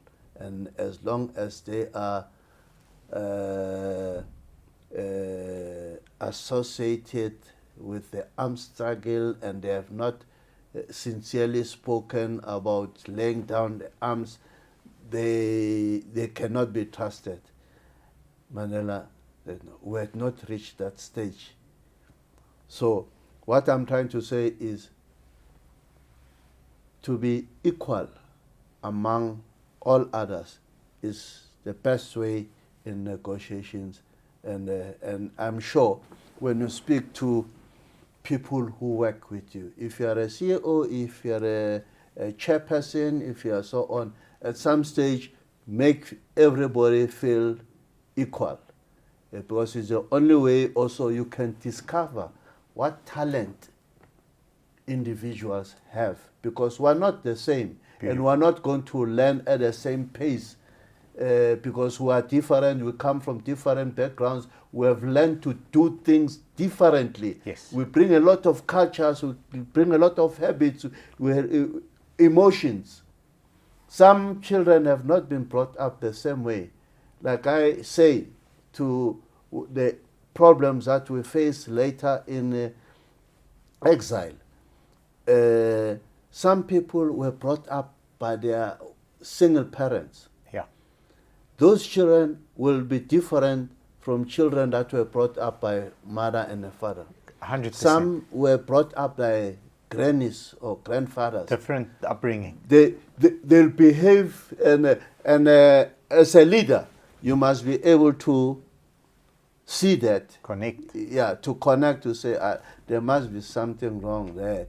Some good teachers, when everybody is leaving, will call that child and say, come here, tell me, how's home?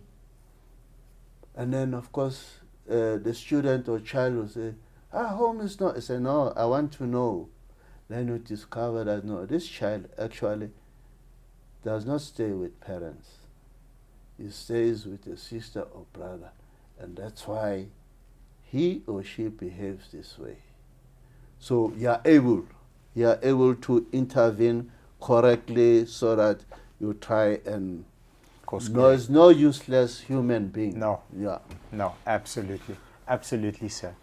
If you reflect and you say, if I had one person I would love to spend the entire day with, maybe it's someone you've met in the past, maybe it's not, maybe it's someone you would have liked to meet. You've met a lot of interesting people. Who would that one person be? And what would you ask that one person if you could spend an entire day with them?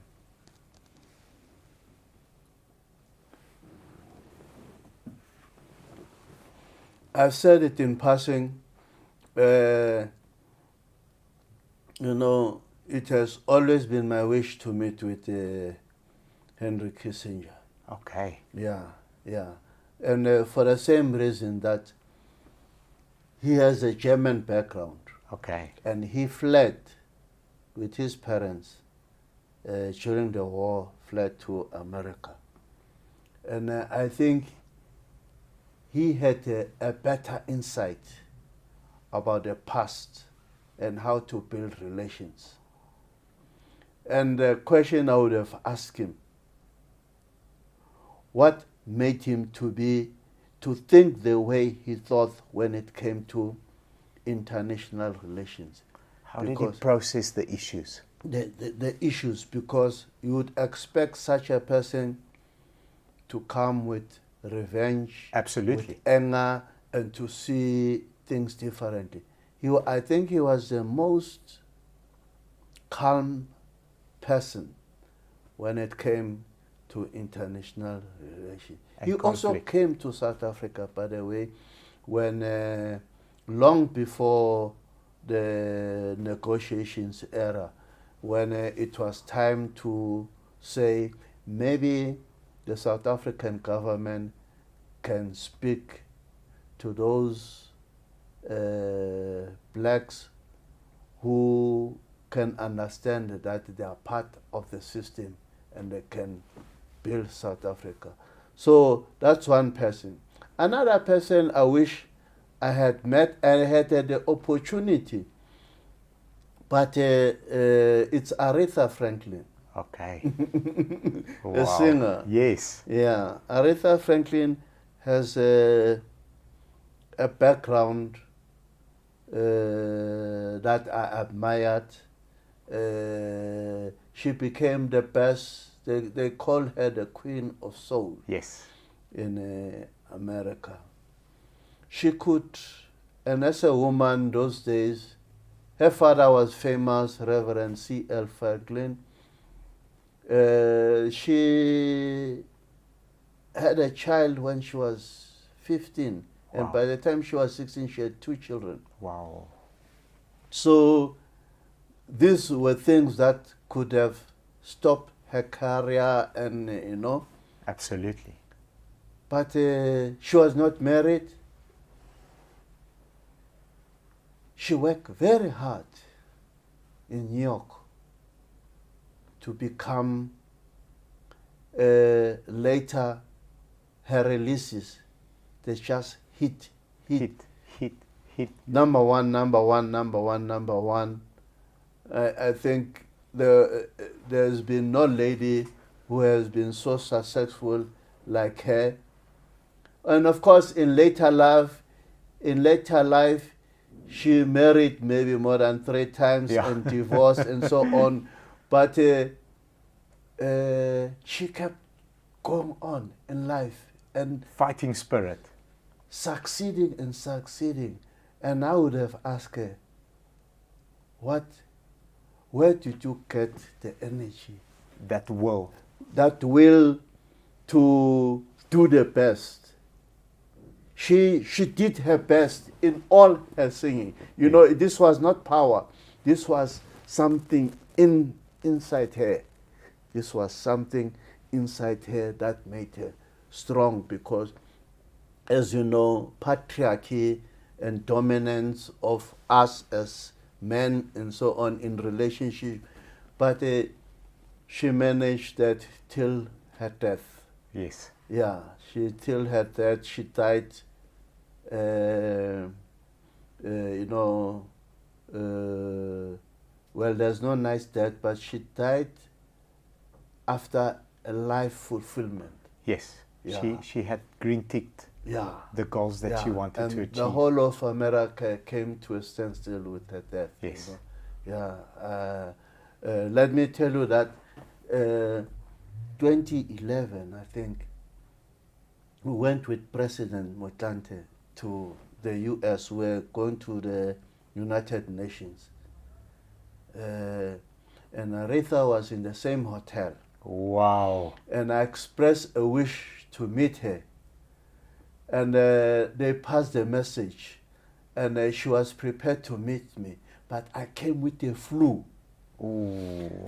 In the plane, and it got worse. By the time I arrived in America, You were coughing.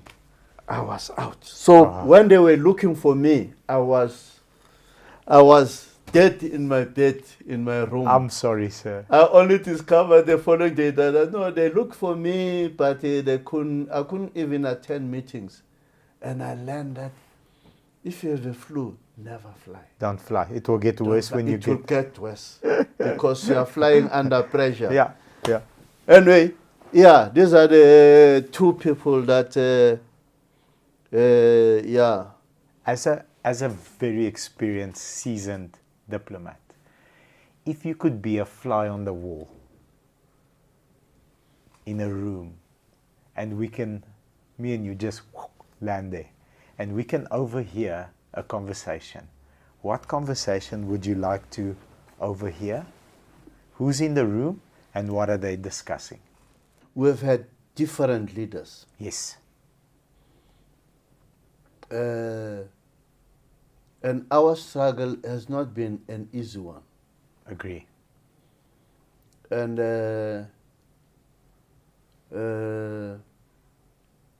it has cost so much in terms of time, energy, but years that were spent wastefully.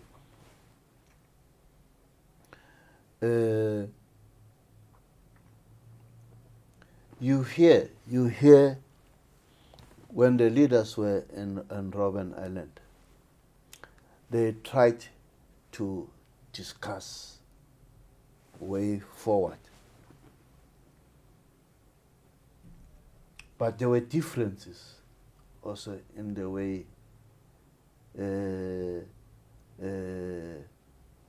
that they saw things. You know, there were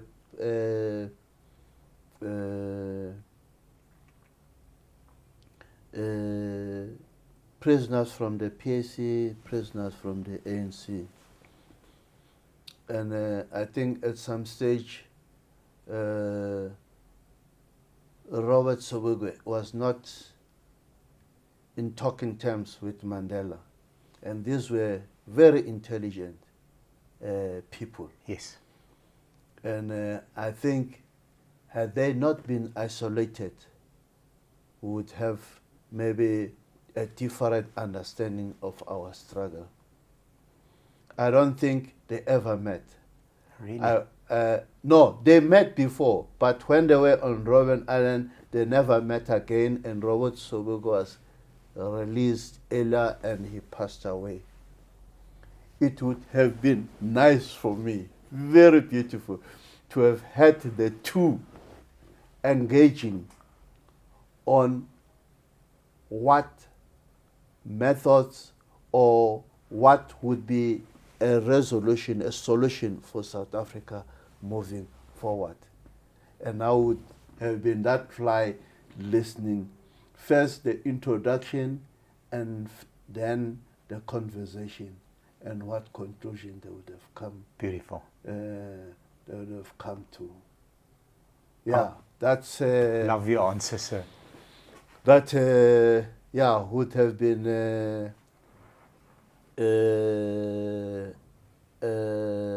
a beautiful conversation.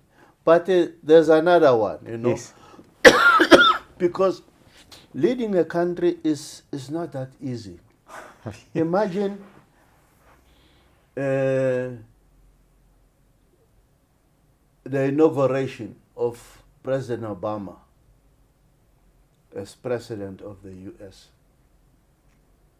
I'm sure you watch it. Yes. Yeah, that first night at the White House, Yes. a conversation between him and his wife, Michelle. Yeah.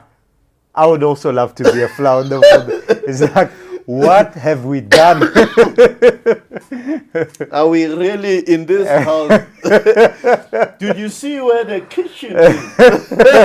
No, they said we must press a button. Then somewhere. I love it, sir. I love it. I love it. I love it. I love it. You know, yeah, because remember, this is the first black person here, and everything. That inauguration was so beautiful, and Aretha sang there, but they are the first time in the White House. Yeah. So I watched a David Letterman interview with President Obama. So I watch everything that anything that Obama does, I watch.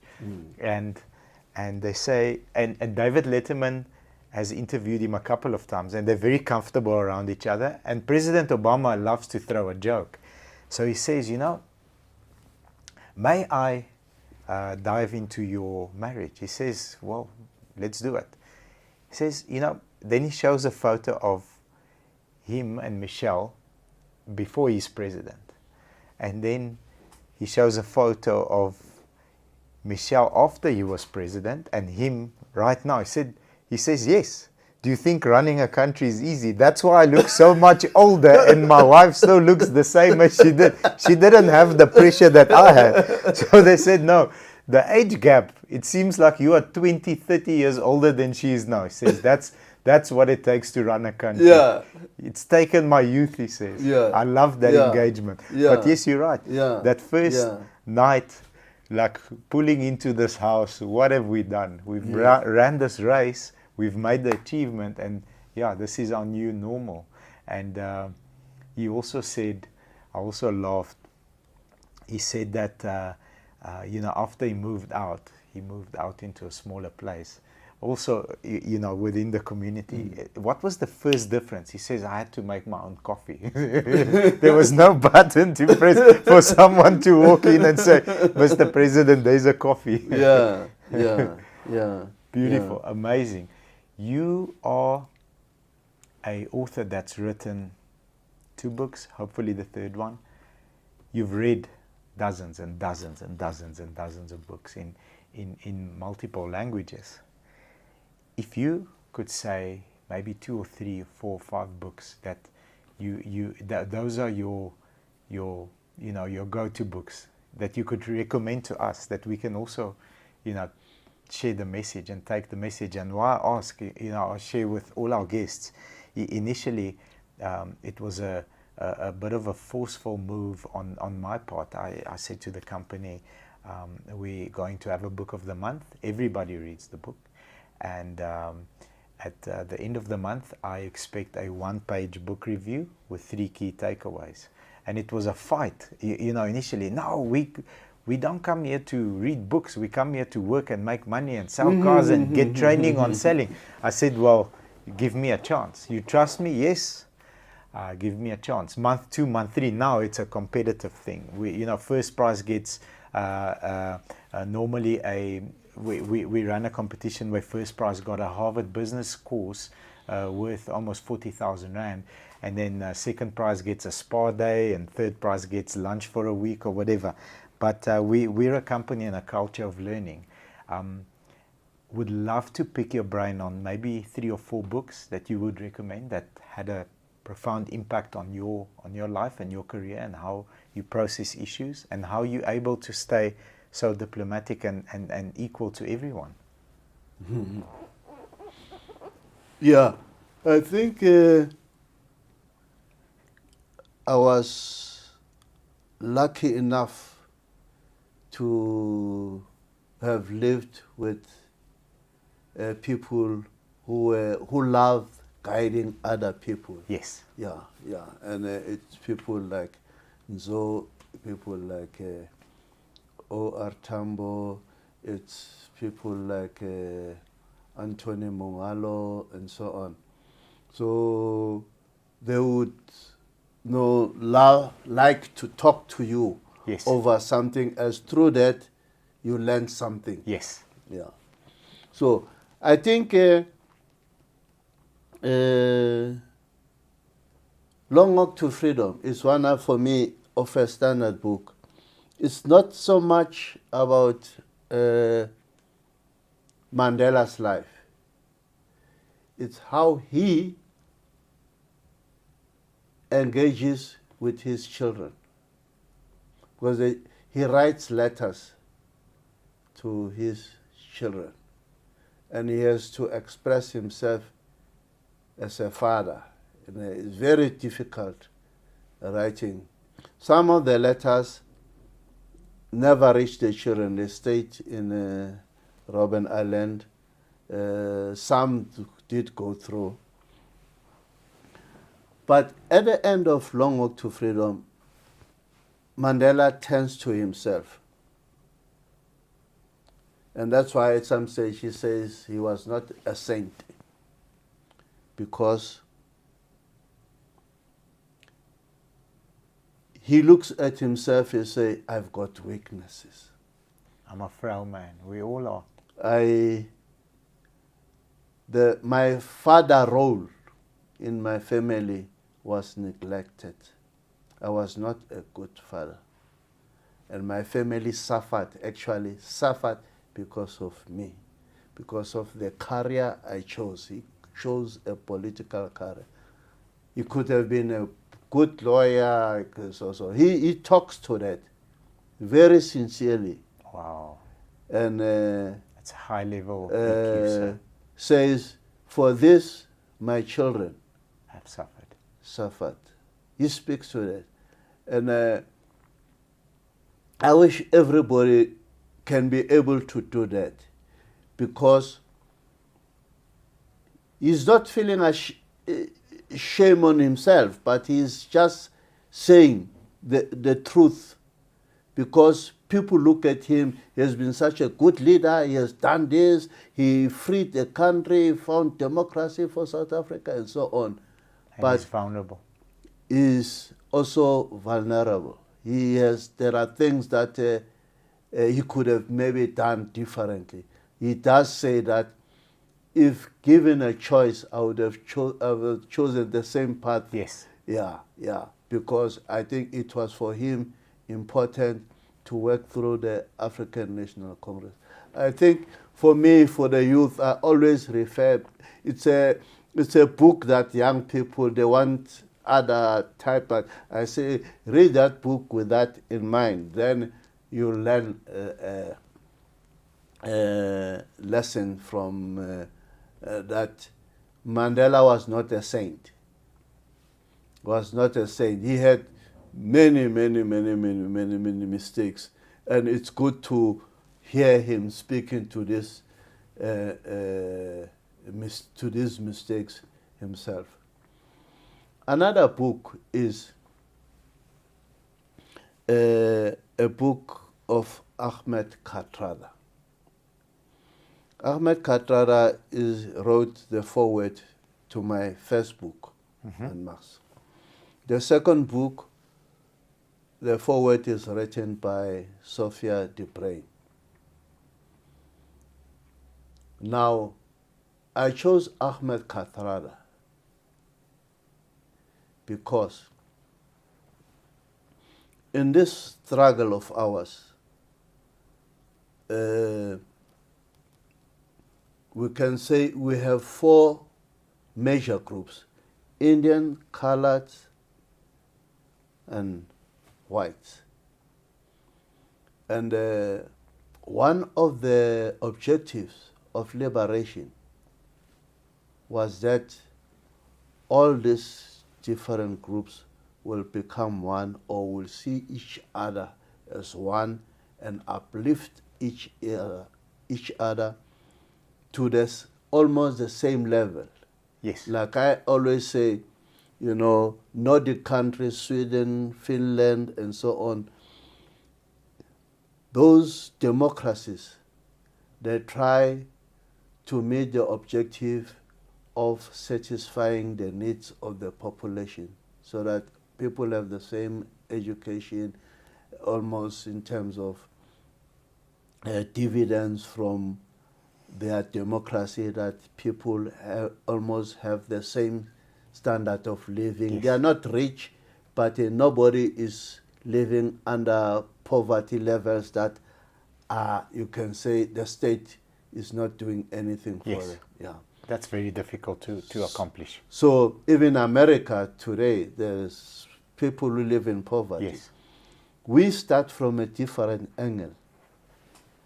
And we have not, through whatever we have done thus far, we have not reached a level where we can address these things in a way that we know everybody is putting an effort. There's a buy-in. I know now that we are going really through a political crisis, economic crisis, and so on. So what suffers is are the racial relations in society. That it suffers a lot, because where is national cohesion? Where is in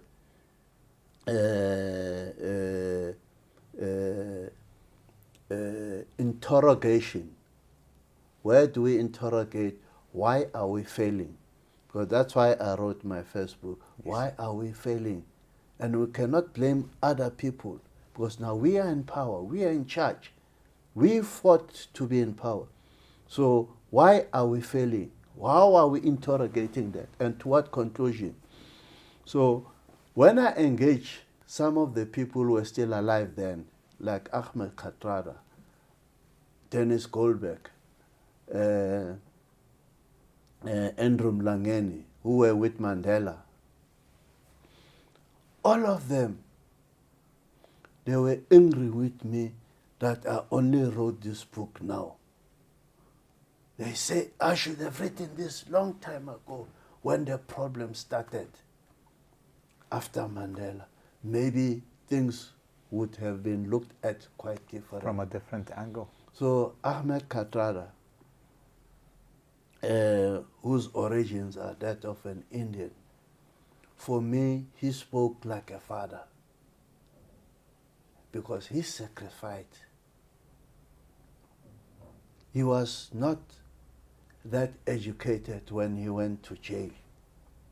But what I like with the Robben Islanders is that they came out of Robben Island with degrees. Yes. Ahmed Kathrada had about 4 degrees. Wow.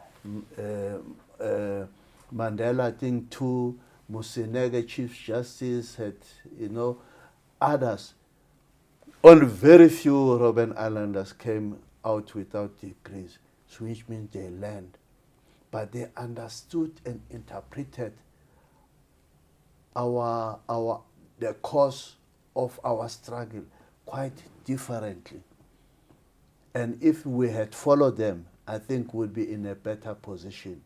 Now, his life story, Ahmed Kathrada, he has written his life, how he grew up and so on, how he joined the struggle. He and Mandela were enemies. Wow. At some stage. They couldn't see each other because he belonged to the Communist Party. Yes. Mandela was anti-communist. Yes. But at some stage, their paths, crossed. And they became the best friends. Wow. And he was advisor to Mandela when Mandela was president. Wow. So it's a very interesting story coming from the other minority group. Yes. But he was speaking to me like any father. He could be white, he could be black. He's coming from a place of serving.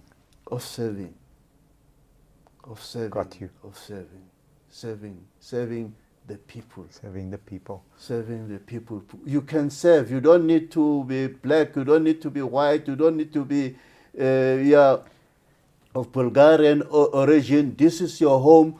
You are serving here. Your children, your wife are growing up here. This is all what is asked of us. Is to serve. Is to serve. And so his story is for me with many lessons, many lessons, because sometimes we're blinded by the same thing that we say we did not want, the color of our skin. We're blinded by, there is so much hatred now towards maybe the DA, towards that party. They say, no, it's white. There's hatred towards the ANC because it has messed up, and we have no parliament today. It's physically not there because it was banned. Yeah. A people whose parliament has been banned, and we still want to relive normal. Everybody should be crying. Why was it banned? Yeah. Now, as you know, the politics of the country, like I said, are not going wrong. There is so much to learn from these people who sacrifice so much to give this country a direction. An opportunity.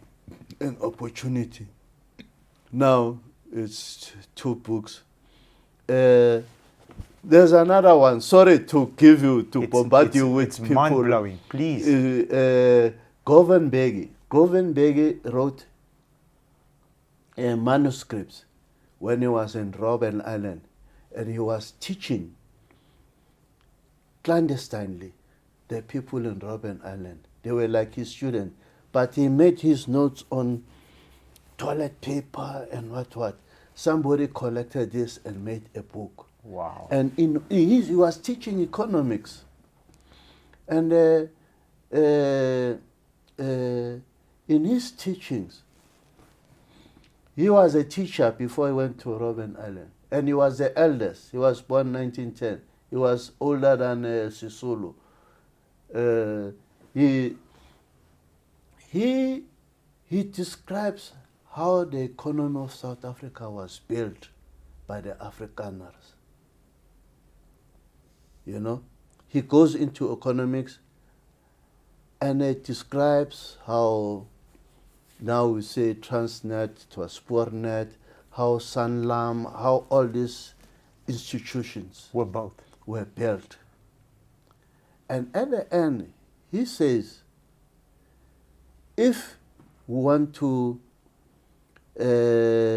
build a system that will work for South Africans, Africans have to learn from Afrikaners how they build their Afrikaner capitalism.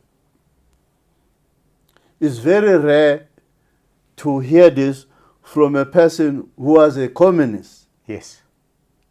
Agree. Because that's like this. It's like this. Yes. But he's dealing with economics, because one of the challenges that we have today, and as I say, it's the isms. Capitalism, I hear people, they say they are anti-capitalism. Others, they say they want socialism. I say no. I lived in Europe. I lived in Eastern Europe. And I'm telling you, if you are in the fight of isms, you will achieve nothing. The whole world is one, and there is only one system. Whether we are in China, they are working to produce factories that can make profit for their nation. Yes. Whatever you call it, they call it socialism with Chinese characteristics. Yeah. The Americans, they are doing their own thing. Capitalism, which Nordic countries, Sweden, I say, they are doing their own thing. Germany is a leading nation. If you can't learn how Germany maintains such a high standard of living and economy that is the strongest in Europe,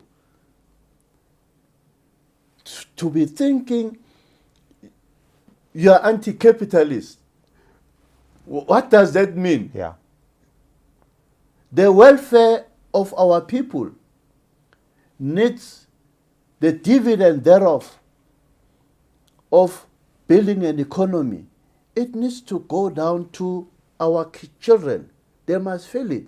But you can't build the economy if you bring in, no, we are anti-capitalist, anti-white capital, anti-white. These are slogans. They mean nothing. I think a deep understanding of the slogan needs to be had before you can make up your own mind. Because if you've been in a situation where there's a purebred communist here, and then there's a purebred capitalist here, and say, let's have a discussion, because I can pick very nice points from communists and very nice points from capitalists, but until you have a deep dive and understand the core differences, then you can make up your own mind. Because capitalism, as good as it is, we live in a capitalist country, but there's competition. There's competition. Competition is probably one of the most oppressing factor of capitalism, because if you are doing well today based on the current market, your future is not guaranteed tomorrow, because somebody wants whatever I'm manufacturing this at 50 Rand. Somebody will go and do it at 45 Rand and just switch your lights off. Yeah. So there's pressures both ways. And until you understand what those two actually are, then you can form your own opinion and chase your own goal. But I agree with you. We The live in real one world planet. is that everyone, all the societies we have on this world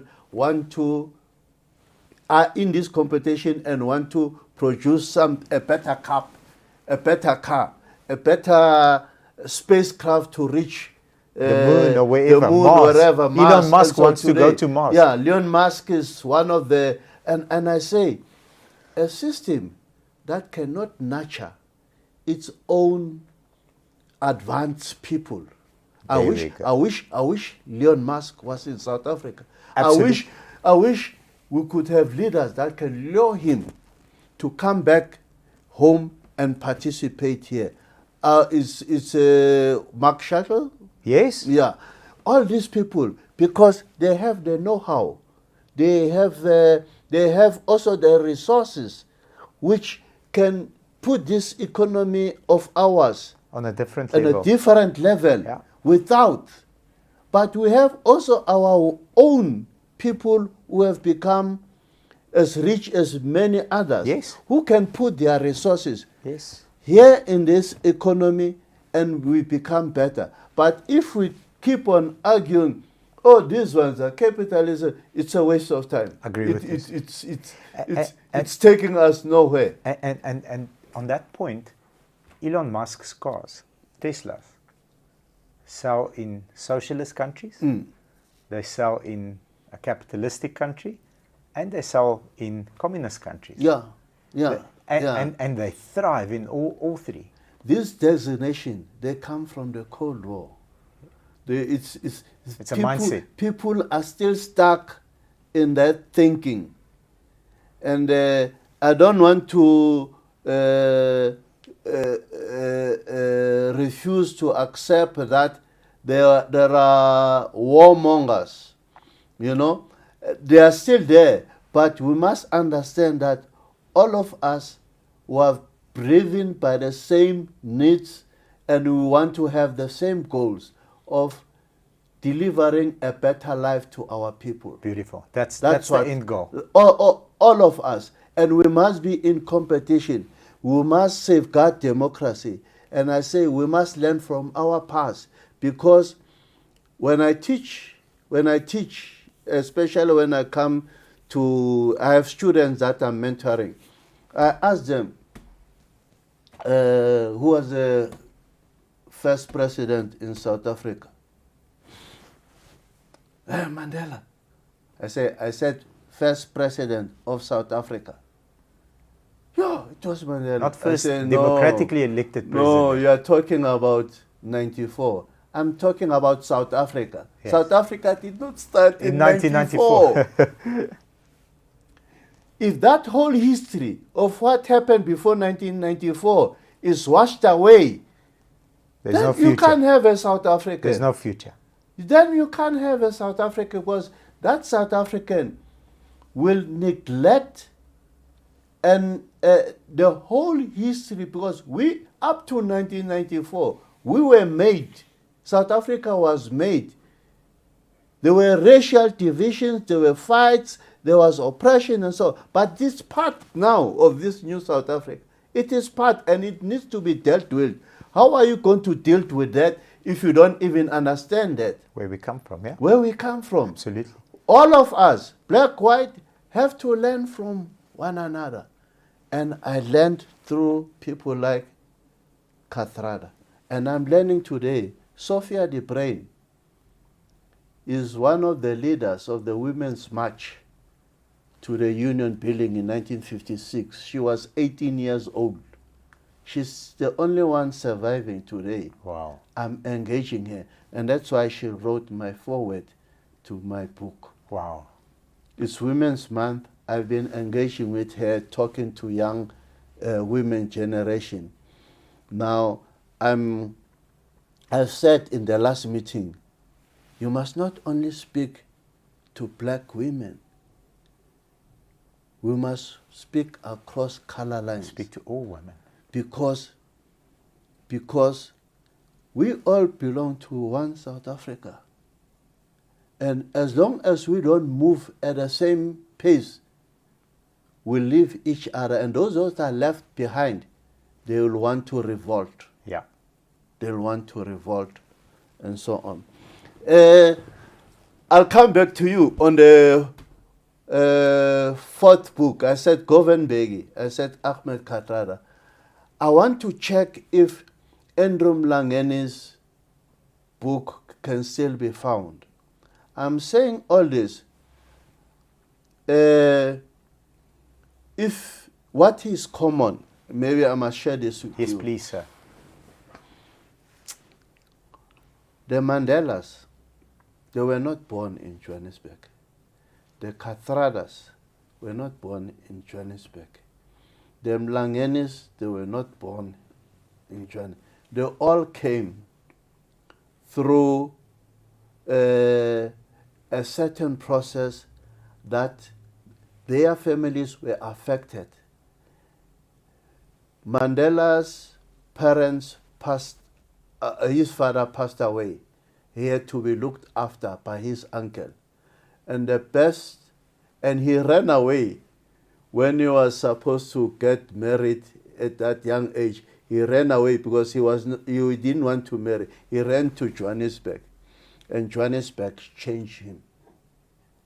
He was not in politics when he came here. The same Kathrada. He came to Johannesburg because his father passed away. He comes from this town in Schwarzregens. Yeah. Yeah, he comes from there. That's where he was born. His father passed away. He was 9 years old.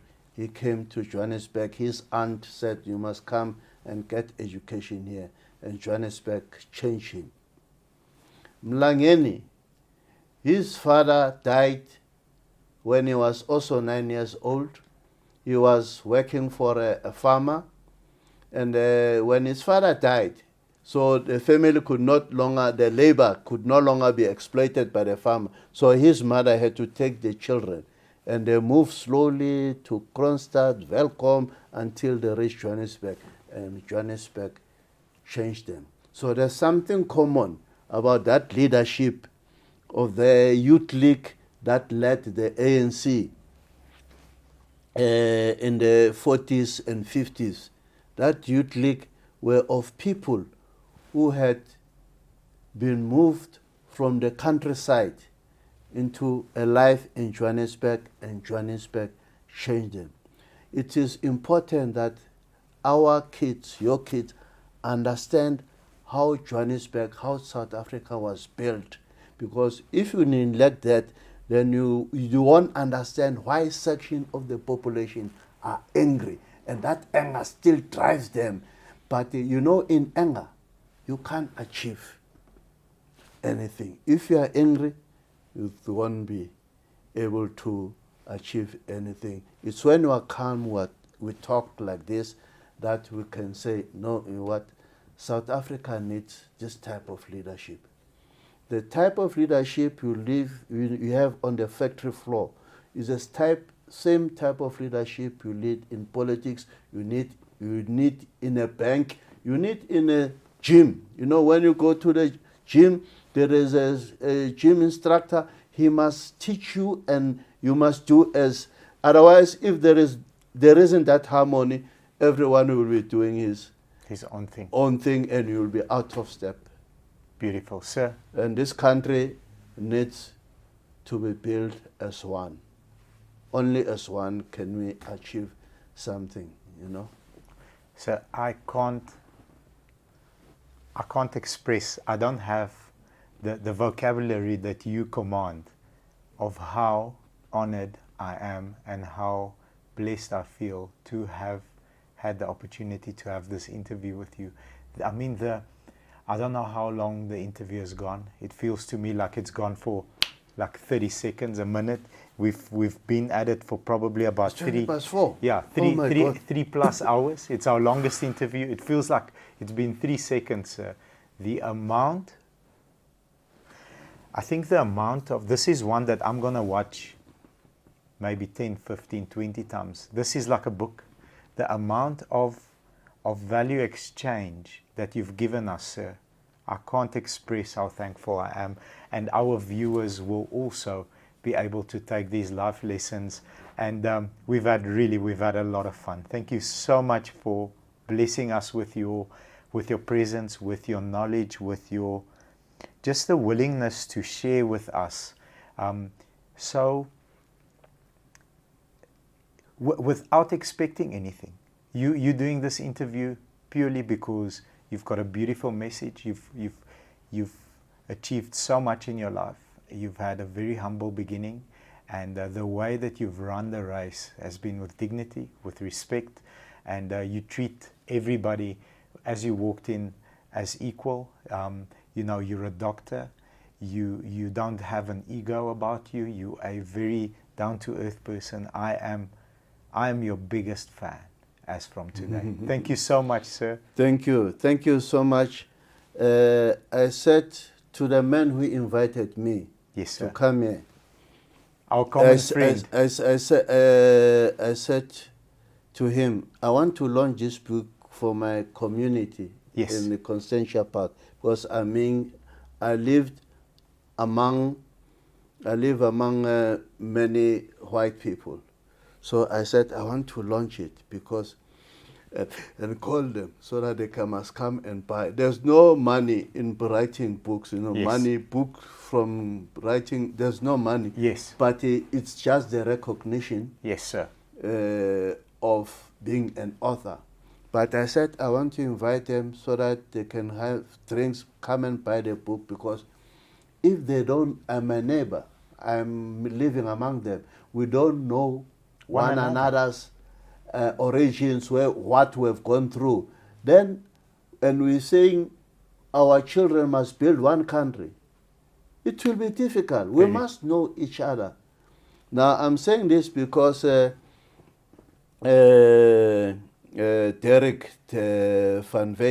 van Wyk, he said, there's a friend, I don't know if you are going to accept this. If you don't accept, please, you must tell me. But he wants to interview you. And he said he wants to talk, I must. And I only thought of you. I don't know any other person. But please, please, please, please, you must say if you don't know. I said, no, please, you haven't said anything. Just tell me. He says, no, these people, Mitmark. I said, yeah, I've seen it, the adverts.